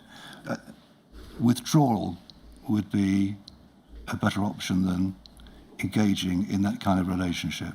It was so fraught. And we've seen from the officers' accounts that not just was a dreadful effect on the women deceived, not just a highly damaging effect on the officers' families, but to the officers themselves, who admit to all kinds of emotional trauma as they find it almost impossible to step away from their false life and get back into the comfort of their true lives, that they themselves went through absolute turmoil. And that just confirms in me the fact that no officer would ever really contemplate that kind of deceitful life, in addition to the stresses and strains of the operational life as a UCO. So that clearly played on my mind, I think. But it was easy, for example, for Carlo Siraki to live with Donna McLean for years. Yes. And during his deployment, continually going to Italy, taking Lindsay on trips to Venice, Donna McLean to Bologna. And he's going on all of these trips. And his evidence essentially was, well, how did you get authorization for all these trips? Oh, yeah, I just had to work on my legend. It helped with my legend. Yes. And it was easy for him to do that because he went through all of this, living, as I said, with Donna McLean, but multiple trips abroad. And when the cover officers go with him, there's no, maybe there's one or two sightings, but there's no supervision. The cover officers are there just in case anything goes wrong. And of course, nothing goes wrong because the officer is not spying on anyone. Yes. He's having sex with activist in his cover identity. And so you accept that the environment by this stage, so by the stage that you are commander, head of special branch, the atmosphere made it very easy for these UCAs to have these not just short relationships, but over years. So there was something wrong, wasn't there, with the environment in which these UCAs practiced by that stage? I think that's a very fair point, and I think it goes towards lack of scrutiny or lack of sufficiently diligent testing of the officers who were engaged in these relationships. Could I ask if we can take the document down that's currently on the screen? I just want to go back to something you said in your statement. It's, if we can turn to page 217, it's paragraph 251.1. So the context of this is that DCI Mike Dell gave evidence that there was a stage where he started to become suspicious of James Thompson. And it was around the time of September the 11th terrorist attacks, Yes. 2001. And the way in which he described it was that James Thompson was going to go to Indonesia in relation to part of his undercover operation. And because of September 11th, it was cancelled. And he was told, he told Thompson, you're not going there anymore. We know that James Thompson disobeyed that order, and I know we'll come on to that. But DCI Dell's evidence was at that point he thought he's going to go anyway, and he started the way in which he described it in his evidence was that he started thinking that James Thompson was perhaps there was something going on there, and one of the thoughts that he had is the possibility of sexual relationships, and he described being very clear in a meeting after James Thompson returns from that trip, laying down the law, warning no UCOs to have any relationship under any circumstance, be very clear, so standing out in that meeting. One of the things he said is that shortly afterwards, in fact, he was surprised that Carlo Siraki comes up to him Yes. and says, well, and he doesn't tell the full truth, of course, but he refers to it was a relationship, it's historical, it's all over now. And in terms of the indication that DCI Dell gave us, essentially surprised that he'd actually sort of confessed to it, but because it was historical, no further disciplinary action was taken in relation to them. Now, that's a long-winded way of introducing what you say in this paragraph, because you say, I had no knowledge of this relationship at the time. I note from paragraph 180 of DC Carlo Siraki's witness statement to the inquiry that he made disclosures regarding his sexual relationships to DCI Dell at the end of 2003. By this time, I'd retired from the MPS. Okay, so this is not on your watch at that particular point. But you say, however, I regard DCI Dell's proper reaction to the late disclosure by DC Carlo Siraki as consistent with SDS management policy. Okay? Further, DCI Dell's reaction at that point in time may add weight to the inference that DCI Dell had not been previously formed that view, notwithstanding the fact that he was aware DC Carlo Siraki and Donna McLean had cohabited. But he doesn't end Carlo Siraki's deployment. He doesn't discipline him. And so do we not have this situation that your evidence is didn't know about this, didn't know about that, didn't know about this, but had I had known, we would have withdrawn the officer from the field. But when it does actually reach you, or when it does become explicit, nothing's done. Nothing's done. Well, I think the encounter between Sirachi and Mike Dell, where Sirachi made admissions about a relationship, but was still deceitful about those admissions. This was historical, and I think, well, I can't imagine Mike Dell's thinking here, but I know he was deeply offended by that. He was deeply offended that he had been deceived as the manager of SDS. But I don't know why he didn't withdraw him. There may be other reasons for that at that time. Probably relating to the fact that this was historical, this had now ended, and it might be operationally possible to continue without damage being done to SDS, irrespective of the damage to the woman deceived. In terms of the language you use, you don't say, well, I don't know why I didn't withdraw him. You say, well, I regard his, you describe it as a proper reaction, as a late disclosure, a proper reaction.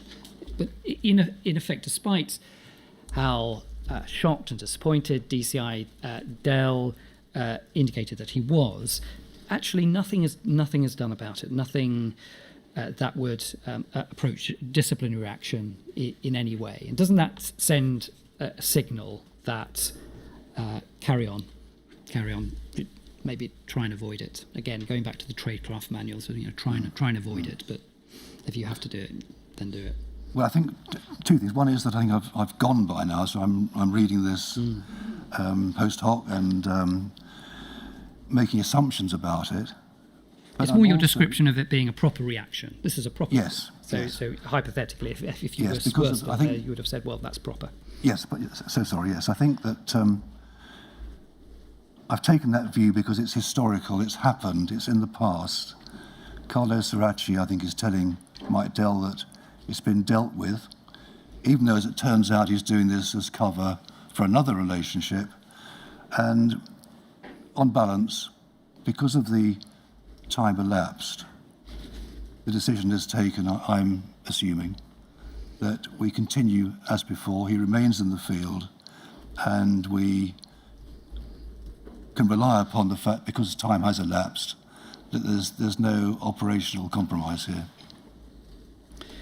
Can we move to James Thompson? Now, in relation to his deployment, so he is deployed between February 1997 until March 2002. So it's quite a big overlap with your time as Commander Ops and Commander Head of Special Yes. Branch in his deployment.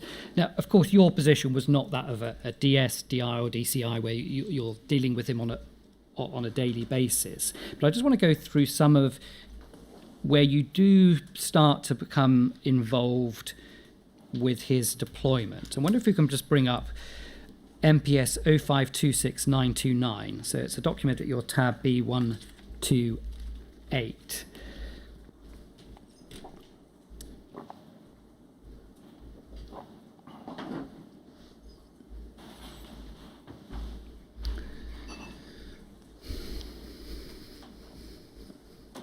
So this is, we can see, you'll be familiar with these forms, and you're the authorising officer for the continuation of Magenta Triangle, which is Yes. James Thompson's code name, as you know.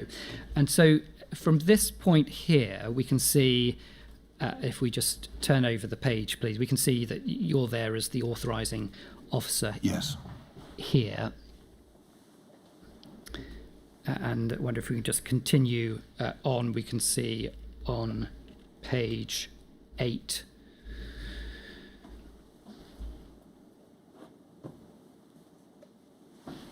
And we can see sort of the standard. So you would be signing off the general authorizations for him. And I think there's another signature of yours on page 19. If we went to page 19.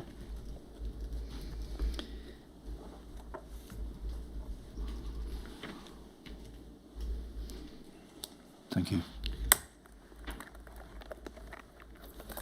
And so we can see this is your signature at the end here, and this is 15th of January 2001 in the bottom right hand corner, or maybe, Yes, sorry, the thank you. 5th of January 2001. If we just go back a couple of pages, or just a page at a time.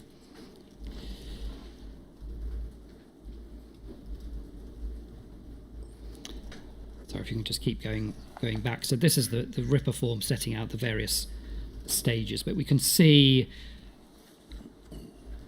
Operation Line. That was the description given to this Yes. operation, and you're familiar with Operation Yes, I Line. am. And so this is a description of it, and because of your position as commander, you would have signed off Yes. on this. Now, at the time that you're signing off these documents, that's January 2001, what James Thompson was doing, that was presented to you as essentially doing very good work indeed, preventing a gun being brought into this country and being used against someone.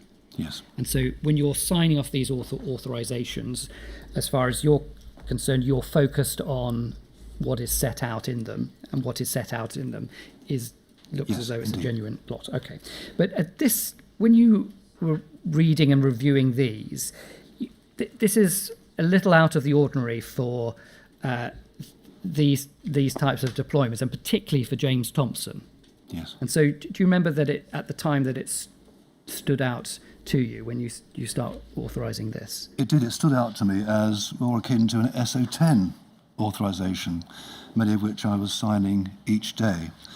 I think for that reason, in other pages in this authorization, I've initialed set parts of the operation intended to show to those who are dealing with the case that I've noted and I'm aware of the vulnerabilities around Magenta Triangle.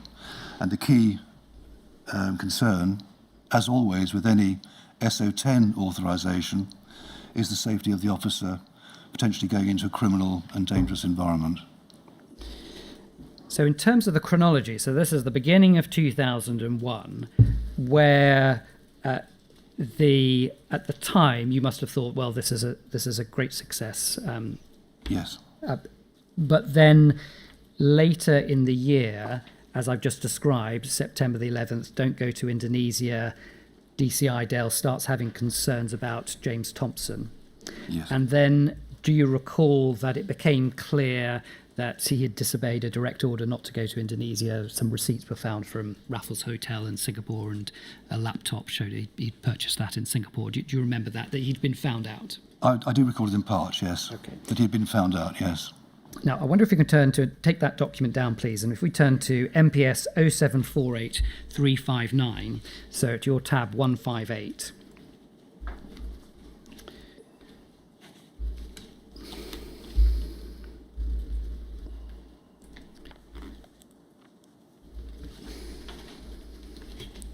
So here we have file note James Thompson for information and as appropriate discussion on Friday the 16th. If you agree, we could speak to DS Thompson on Tuesday the 20th at South, which will be occupied by HN53 only. And then if we just go to the next handwritten section, I spoke to DS Thompson as arranged above in the company of DCI Dell. I asked him why, against instructions, he had gone to the Far East at the end of September, beginning of October, and had lied to his controller about where he was. DS Thompson answered that it was a matter of operational security and that he did not agree with the controller's judgment and therefore went. I said that such action broke down the element of trust that had obtained in the policing operation of which he was part. I told him that his withdrawal plan would be adhered to as best we could, but that the proposed period would be shortened and that he would be redeployed by the end of January 2002.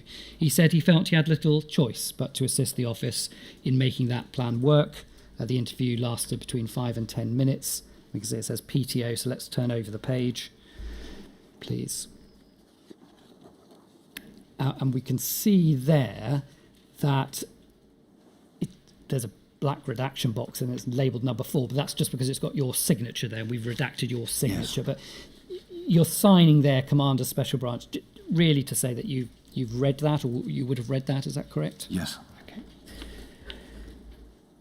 And then we can see below that, we can see that there's Colin Black. He's also signed it, and then addressed to DCI Dell. I wonder if we can move forward so we can see this second page, but also the one after it, so pages 2 and 3. So we can see where it says DCI Dell under the number 3. That's in fact McLaughlin. Yes. Writing that addressed to DCI yes. Dell. But would you have seen this part of it, or impossible to say given the distance of time, or would you have been privy to all of everyone's notes on here? No, I just saw up to minute 2, I believe, which is the 20th of November minute, which relates to a very short interview on 14th of December, which Colin Black had with James Thompson. And there was a question of whether the interview was too short. And my view was that because it only related to the travel to Indonesia and that James Thompson conceded to the comments or the arguments of Colin Black, that the timing of the interview was about right. If we take that document down, just bring up another document around this time. It is MPS 0749659 at Sir Your Tab B159. So this is dated the 14th of November. I wonder if we can do the same thing again so we can see the second page of it as well. So you can see this is DCI Dell's note, and we've redacted it, but we can see in the left-hand column on the first page your initials yes. and you're dating it, and that's just to acknowledge yep. that you've read it. And so it looks as though it's difficult. Part of it's not clear there, but about a few days after, maybe the 16th of November, given the note of this is 14th of November, that you would have seen this. So it yes. says, DS James Thompson, on Tuesday the 20th at South, DCS Black and DCI Dell will confront DS Thompson with their knowledge of his presence under COVID identity in the Far East in early October. This is without authority of Commander Black, Acting Commander Black, contrary to instruction by DCI Dell, prejudicial to the security of his own operation, and reckless disregard of DCI Dell's risk assessment. And so is that a repetition, essentially, of what you were just describing, that in terms of this discrete misconduct, that it was misconduct that to some extent was admitted. He admitted that the evidence was clear that he had displayed the order. All right. When he was giving, I wonder if you can take that down, please. When he was giving evidence to the inquiry on Monday, HN53 agreed with his earlier evidence that that you were fully briefed at every stage of events in terms of the investigation into James Thompson. But would you accept that you were briefed at every stage? One comment in your statement suggests that you weren't necessarily briefed at every stage, but yes. HN53 said that he had regular one-to-one engagement with you. Do you accept that HN53 had regular contact with you in terms of certainly the investigation into James Thompson? Well, what I recall is the interview of the 14th of November about the travel to Indonesia, and that James Thompson had conceded his misconduct there. I think I have a recollection of a FISAC application, financial investigation. Well, I'm going to pause you sorry. there because So sorry. Just because it's relevant to what you've just said. Could we bring up MPS 0748362? Sorry to interrupt you, but it's just in relation to the application that you just mentioned. It may assist if we just have that on screen.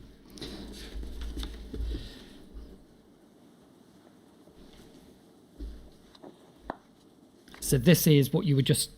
Is this what you were just describing? Yes, I think this requires my authorisation, but I don't think I'm shown as having signed it. I wonder if we can turn to page 5, please. So you can see Yes. application approved by Yes. Commander Roger Pearce. So if we go back to the, it doesn't have, it's not dated there in handwriting, but it appears that certainly at this stage, so March 2002, you're approving special procedure order applications in relation to financial investigation into. Yes. So is it right that as time went on, you were having more and more involvement in the investigation into James Thompson? Well, what I'm aware of from my recollection is that in James Thompson we have a full house of egregious conduct, I think in 5 categories eventually. And I'd say 2 things about that. One is that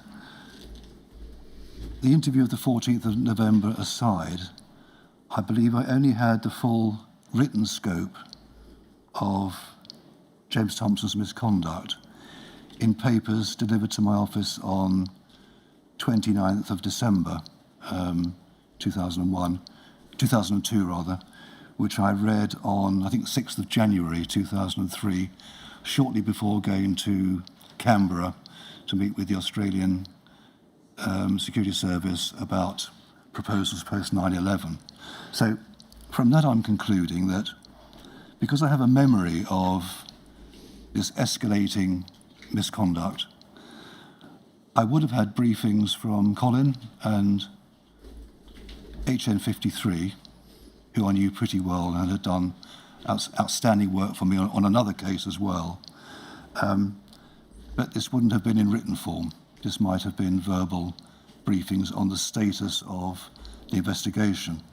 And I just recall at the time that the concern was, how do we graduate the extraction of James Thompson from his deployment? And there were intervening difficulties which we had to resolve before we could completely remove him from the squad and take action against him. So the full picture, I wonder if we can call up, please, MPS 072289, so your tab B206. And I wonder if we can go to perhaps page 12 of this document.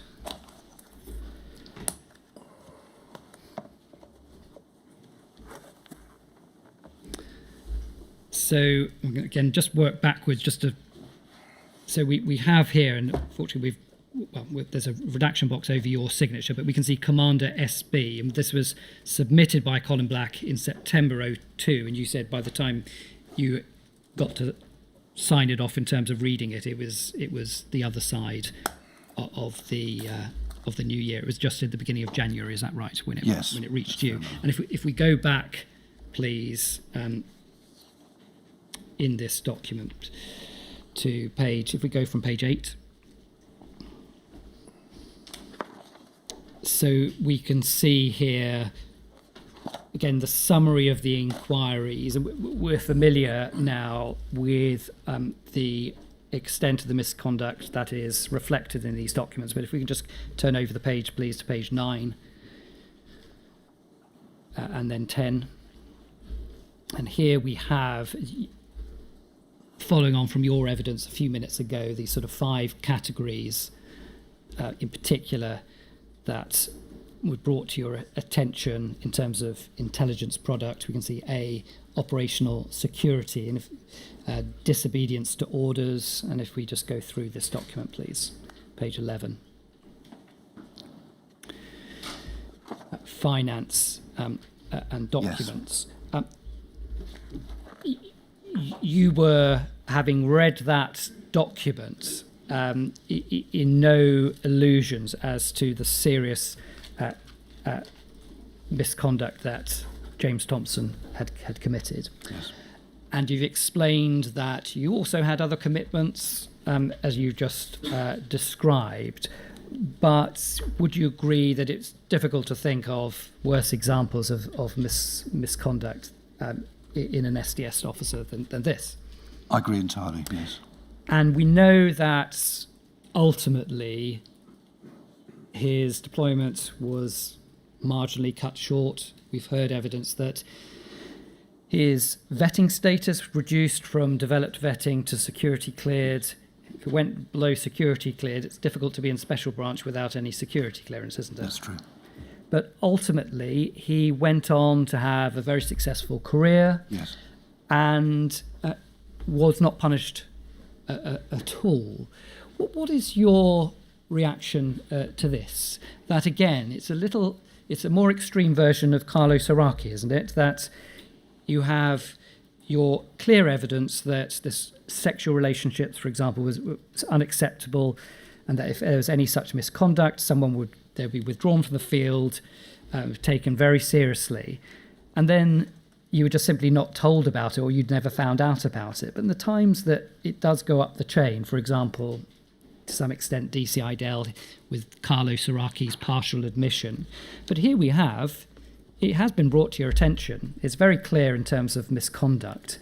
You would have been aware, for example, of the billing data and all the calls to various women, for example. And when it is brought to your attention, nothing's really done about it. Nothing's done. So in terms of saying, didn't know about it, had I known about it, would have taken a very firm stance. But actually, when you do have as clear an example as you can get, there's no sanction, there's no punishment really, is there, of James Thompson? Well, I think the first thing to say is that any police officer in the country looking at this case in its totality would want to see this officer arrested, charged and placed before a disciplinary board. And irony of ironies, the DCI in charge of SCS at the time is an officer I hold in the highest regard, Mike Dell, who is a police officer at every fibre. He's a senior uniformed officer who's one of the fresh faces brought into Special Branch, especially to manage its most secret unit. So I know that Mike Dell, in every fibre of his being, would have wanted this to be taken to its logical conclusion, which, as you described, would be criminal sanction and disciplinary sanction. Because he was in a different environment, he's thought beyond the immediate priorities of a police officer to what he would do as the manager of the police service's most secret unit. And Colin Black's formed a view on what should be done. Mike Dell has gone with that, albeit, I sense, truly reluctantly. But it's not only acquiesced in it, he's drawn up a proposed plan for dealing with James Thompson. At the same time, HN53, who's done this most thorough investigation into the 5 major points there, over a 15-page report, he, as a 27-year special branch officer, I believe also wanted action taken against James Thompson in the conventional way. But it wasn't. Why? And this isn't just Colin Black's decision, it's one which I endorsed. And I think, Avi, thinking back, to the best of my recollection, was that we had to think not just of the interests of justice here, but the sustainability of the unit, the threat to its officers if it were to be closed down, the loss of vital intelligence which the best of STS operatives were producing, much of which is contained in the redacted sections of my statement here, intelligence affecting national security and public safety and all the things that we were there to do the job for. And thirdly, the vulnerability of James Thompson himself, who we feared could self-harm or have a complete collapse. So my conclusion was that in this very difficult balance, which has been criticised by the Commissioner through Council, quite properly, was balancing duty as a senior police officer with duty as a public servant as well. And in the public servant context, one has to think of the public interest. And I think we concluded that, on balance, it would be better for the STS to survive this and continue producing high standard intelligence unobtainable from any other source. And to do that, we would deal with James Thompson in a particular and very explicit way. And the way that we wanted was to reach a situation where he is punished, because to lose DV clearances within a special branch, a quite serious punishment, but in a way that we could keep an eye on him, ensure that he received treatment from the psychiatrist, Dr. Mary Piper, and that we could manage his career onwards.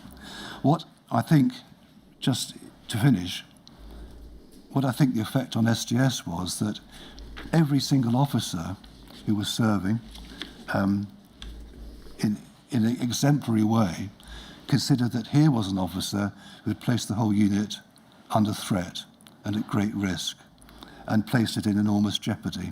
And I think they had great resentment over that. So I take that our decision lays itself open to criticism, quite properly, but I still believe, years down the line, that in the totality of the circumstances prevailing, it was the right decision to make.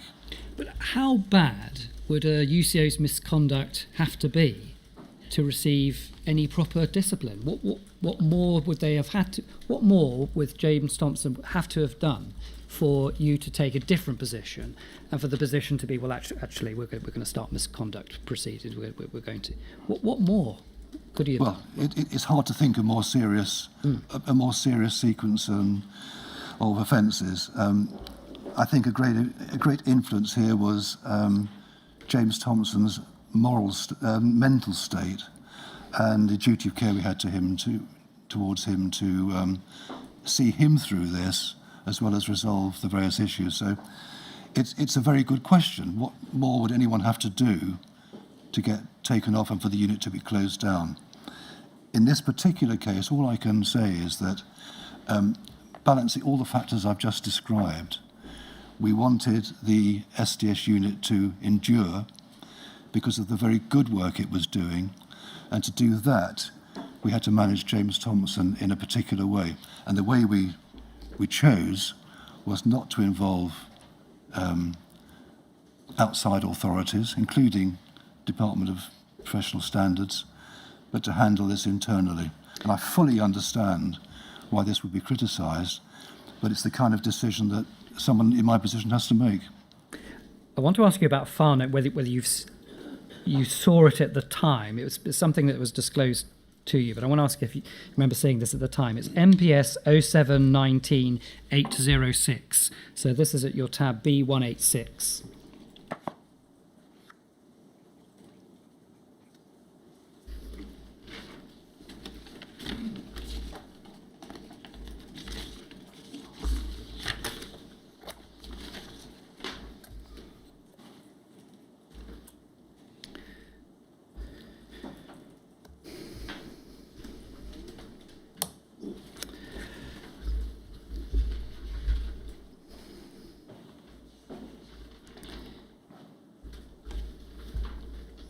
This is one of HN53's file notes, and he says in the middle paragraph, MT, so James Thompson, also told him that he believed that most of the current suspicions about his operation stemmed from SDS management disapproval of field officers becoming involved in romantic relationships during the course of their operation.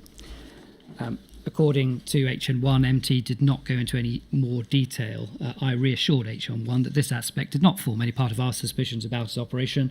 I also reminded him that it has been made crystal clear to generations of SDS field officers, continues to be so, that romantic sexual relationships with Wirries are to be avoided at all costs.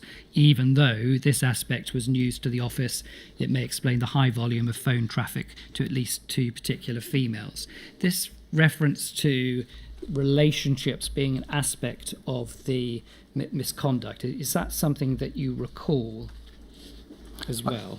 I do recall this document, and I don't recall anything, though, in the paper submitted to me before the 6th of January 2003, anything at all about sexual misconduct. In relation to one of HN53's investigation documents talking about further investigation into relationships? Yes. When he gave evidence to the inquiry, James Thompson said that when he's questioned by DCS Black, that he was asked about relationships. And just to help in terms of what he was asked, so he was asking questions, the inappropriate relationships, can you help us with what you told, so what HN16 told Detective Chief Superintendent Black about entering into inappropriate relationships in the course of your work? And he says, as I recall it, he said, did you have a sexual relationship with those two? And I said, yes.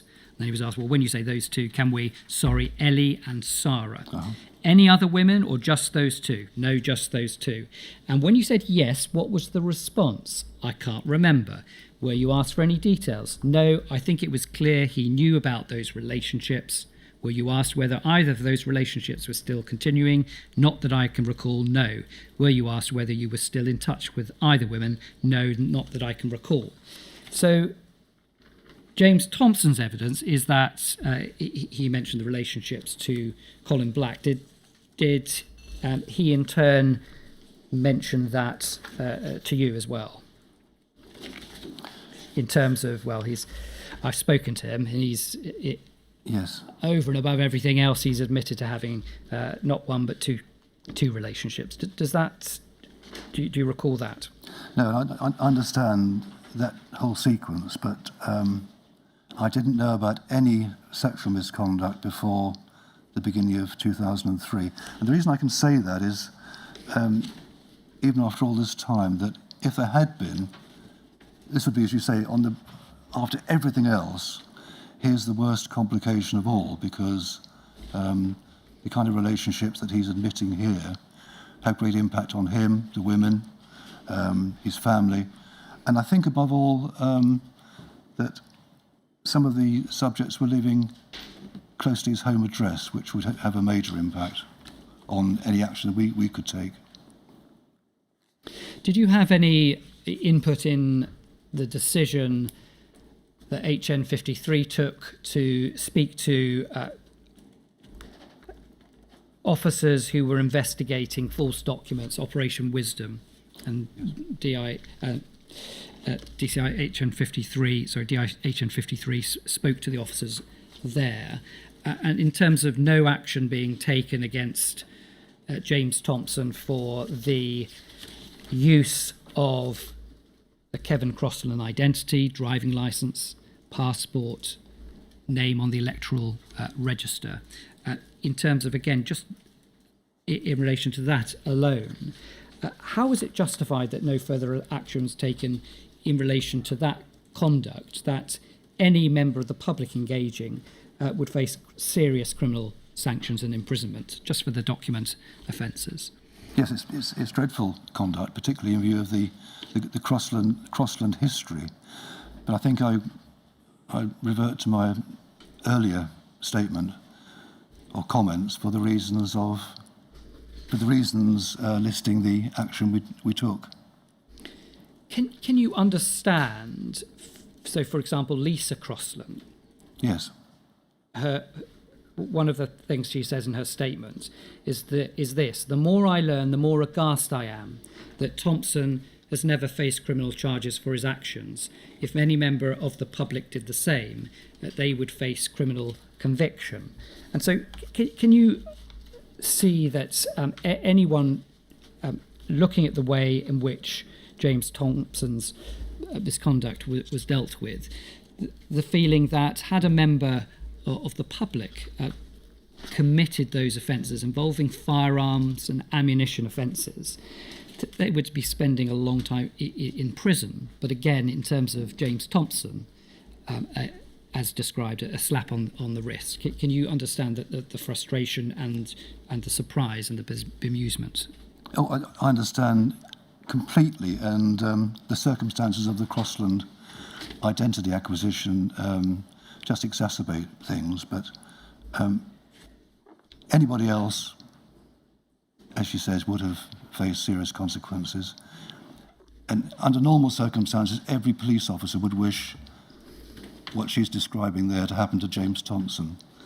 But for the reasons I described earlier, which could and have faced strong criticism, the decision that Colin Black and I made was that in all the circumstances, we should retain this man in special branch where he could be supervised and monitored and treated, and that's what we elected to do. And it was really driven by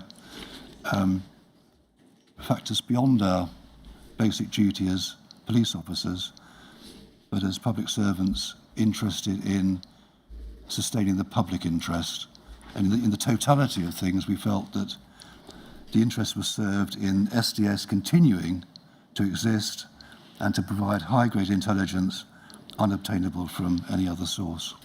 If we go to if we look at the documents in terms of seeing on paper what you've described as the thought process in terms of the disciplinary action or lack of it, could we turn to MPS 0719 770? It's your tab B172. So this is one of DCI Dale's file notes. It's dated 22nd of March 2002. And if we look at the bottom of page 2, he sets out, and is this a reflection of what you've just described? Well, look, these are the options: formal discipline, arrest and charge, yes, or informal discipline. And then over the page, the option chosen is informal discipline, but it says the benefits of preferred option, informal discipline, avoiding public discussion of the entire workings of a secret operation, was preferred for the following reasons. Now, just pausing there, but why was it thought that it would end up with public discussion? Why could James Thompson not have been on the receiving end of any disciplinary action without it having to be made public? Could you just explain why disciplining James Thompson would result in all of the unit's work being made public? Well, first of all, I can almost sense Mike Dell's discomfort coming through the pages here, because I feel this wasn't the course of action he would have wanted taken as the manager of SDS. I think the fear was that if he faced criminal prosecution. If he faced disciplinary action, both of these would involve bodies outside of SDS and Special Branch, and there was a real risk of the existence of SDS being exposed and compromised by that being taken. So I think this is a very much a practical reality which we have to take on board. But in terms of what happened next, what happened next was that James Thompson, for many years, continued contact with Ellie and Wendy. And in relation to both of those individuals, his continued contact with Ellie included continued sexual contact. But long after his deployment ended, and long after this note that we have up on screen was set out, that he continued to ask them about things like where they lived, and continued to ask them about fellow activists and where those fellow activists lived, and they gave out this information. And so when they found out what had happened, again, devastating consequences. Now, I read to you earlier some of what Sarah said in relation to the sexual relationship, but not just sexual relationships, but the effect that someone you think's a close friend for years. And Wendy said, since discovering James's true identity and position, the mental effects on me have been significant. It has affected my ability to trust within all relationships, including with my partner, and has made me relive all the events with my mother. Memories of my mother and some of my last times with her are now forever tainted by being intermingled with the memory of him. His conduct, and then this, his conduct and the fact the contact was allowed to continue after the deployment has impacted me in every respect of my life, including choosing not to pursue a further goal of joining the RSPCA inspectorate upon the realisation that many of the members are retired police officers and feeling unable to work in that environment. So when Wendy says, well, the fact that the contact was allowed to continue after the deployment, but this decision, despite the in some senses, the sort of the hand-wringing, the concern and the anger that DCI Dell expressed, but the ultimate decision allowed continued harm to completely innocent people like Ellie and Wendy. So the consequences of that decision could cause real harm to people's lives. Yes, and I hadn't been aware of this until fairly recently, and certainly hadn't anticipated it. And when one hears evidence like that, it's as serious as described, and just fills you with a very deep regret. But and action should have been taken to prevent this kind of contact continuing. And in terms of the timing of this, we can see sort of the benefits of the preferred action there. I wonder if we can just complete this document by just looking at the last section, please. And so the risks of the preferred option. Our action could be characterised as involving, and just going through this list, what was DCI Dell not spot on with these? That our action could be characterised as involving neglect of duty, but wasn't there? We're looking at this document now. Yes. Wasn't there neglect of duty in not disciplining, taking action against James Thompson? Or is your answer that balancing it all, as you just indicated, it was worth it? Well, it's a quite shocking case, and all of these apply. The risks of the preferred option all apply. They open us up to serious criticism. They resulted in the serious harm done to the women as you've just described, which fills me with very great regret. But it's distilled down to really how do we resolve the egregious conduct of an undercover officer within SDS whose behaviour has jeopardised the whole unit, and the decision taken after much consideration was as described earlier. It is clear from the document itself, without having the context of DCI Dell's evidence, that here was a senior police officer who was very concerned about the way in which Yes, very much. he was dealt with. Now, this document that we're looking at here is dated the 22nd of March 2002. And so one of the justifications, as you outlined, was that concern about any of the SDS being made public. Yes, And it's right, isn't it, that later the same year, so a matter of months after this document was produced, the True Spies programme, 3 programmes, was aired on national television. yes. And we will return this afternoon to True Spies. But how do you maintain a justification that keeping this all under wraps, keeping this secret, and not having any, one of the reasons for not taking action against him was because, well, we didn't want any of this to get out, and yet we move forward in time a few months, and the very name of the programme, we find out, was changed to True Spies. Yes. As a result of the programme maker's contact with those in the SDS. How do you explain the two?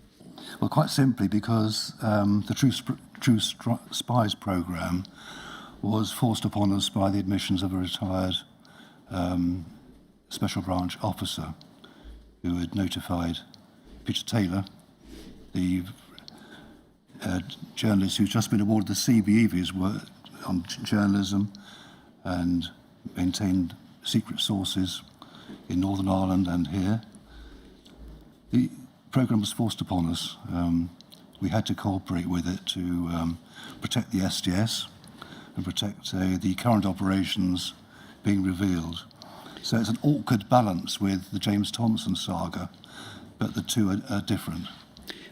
Certainly, you will be provided with an opportunity to go into more detail about True Spies, but so I wonder if that would be a convenient moment to break for lunch. Certainly. Today is somewhat unusual. We will resume at 2:15 with a private hearing, will we not? And So, yes. then at about 2:30 with the public hearings. Yes. Thank you, sir.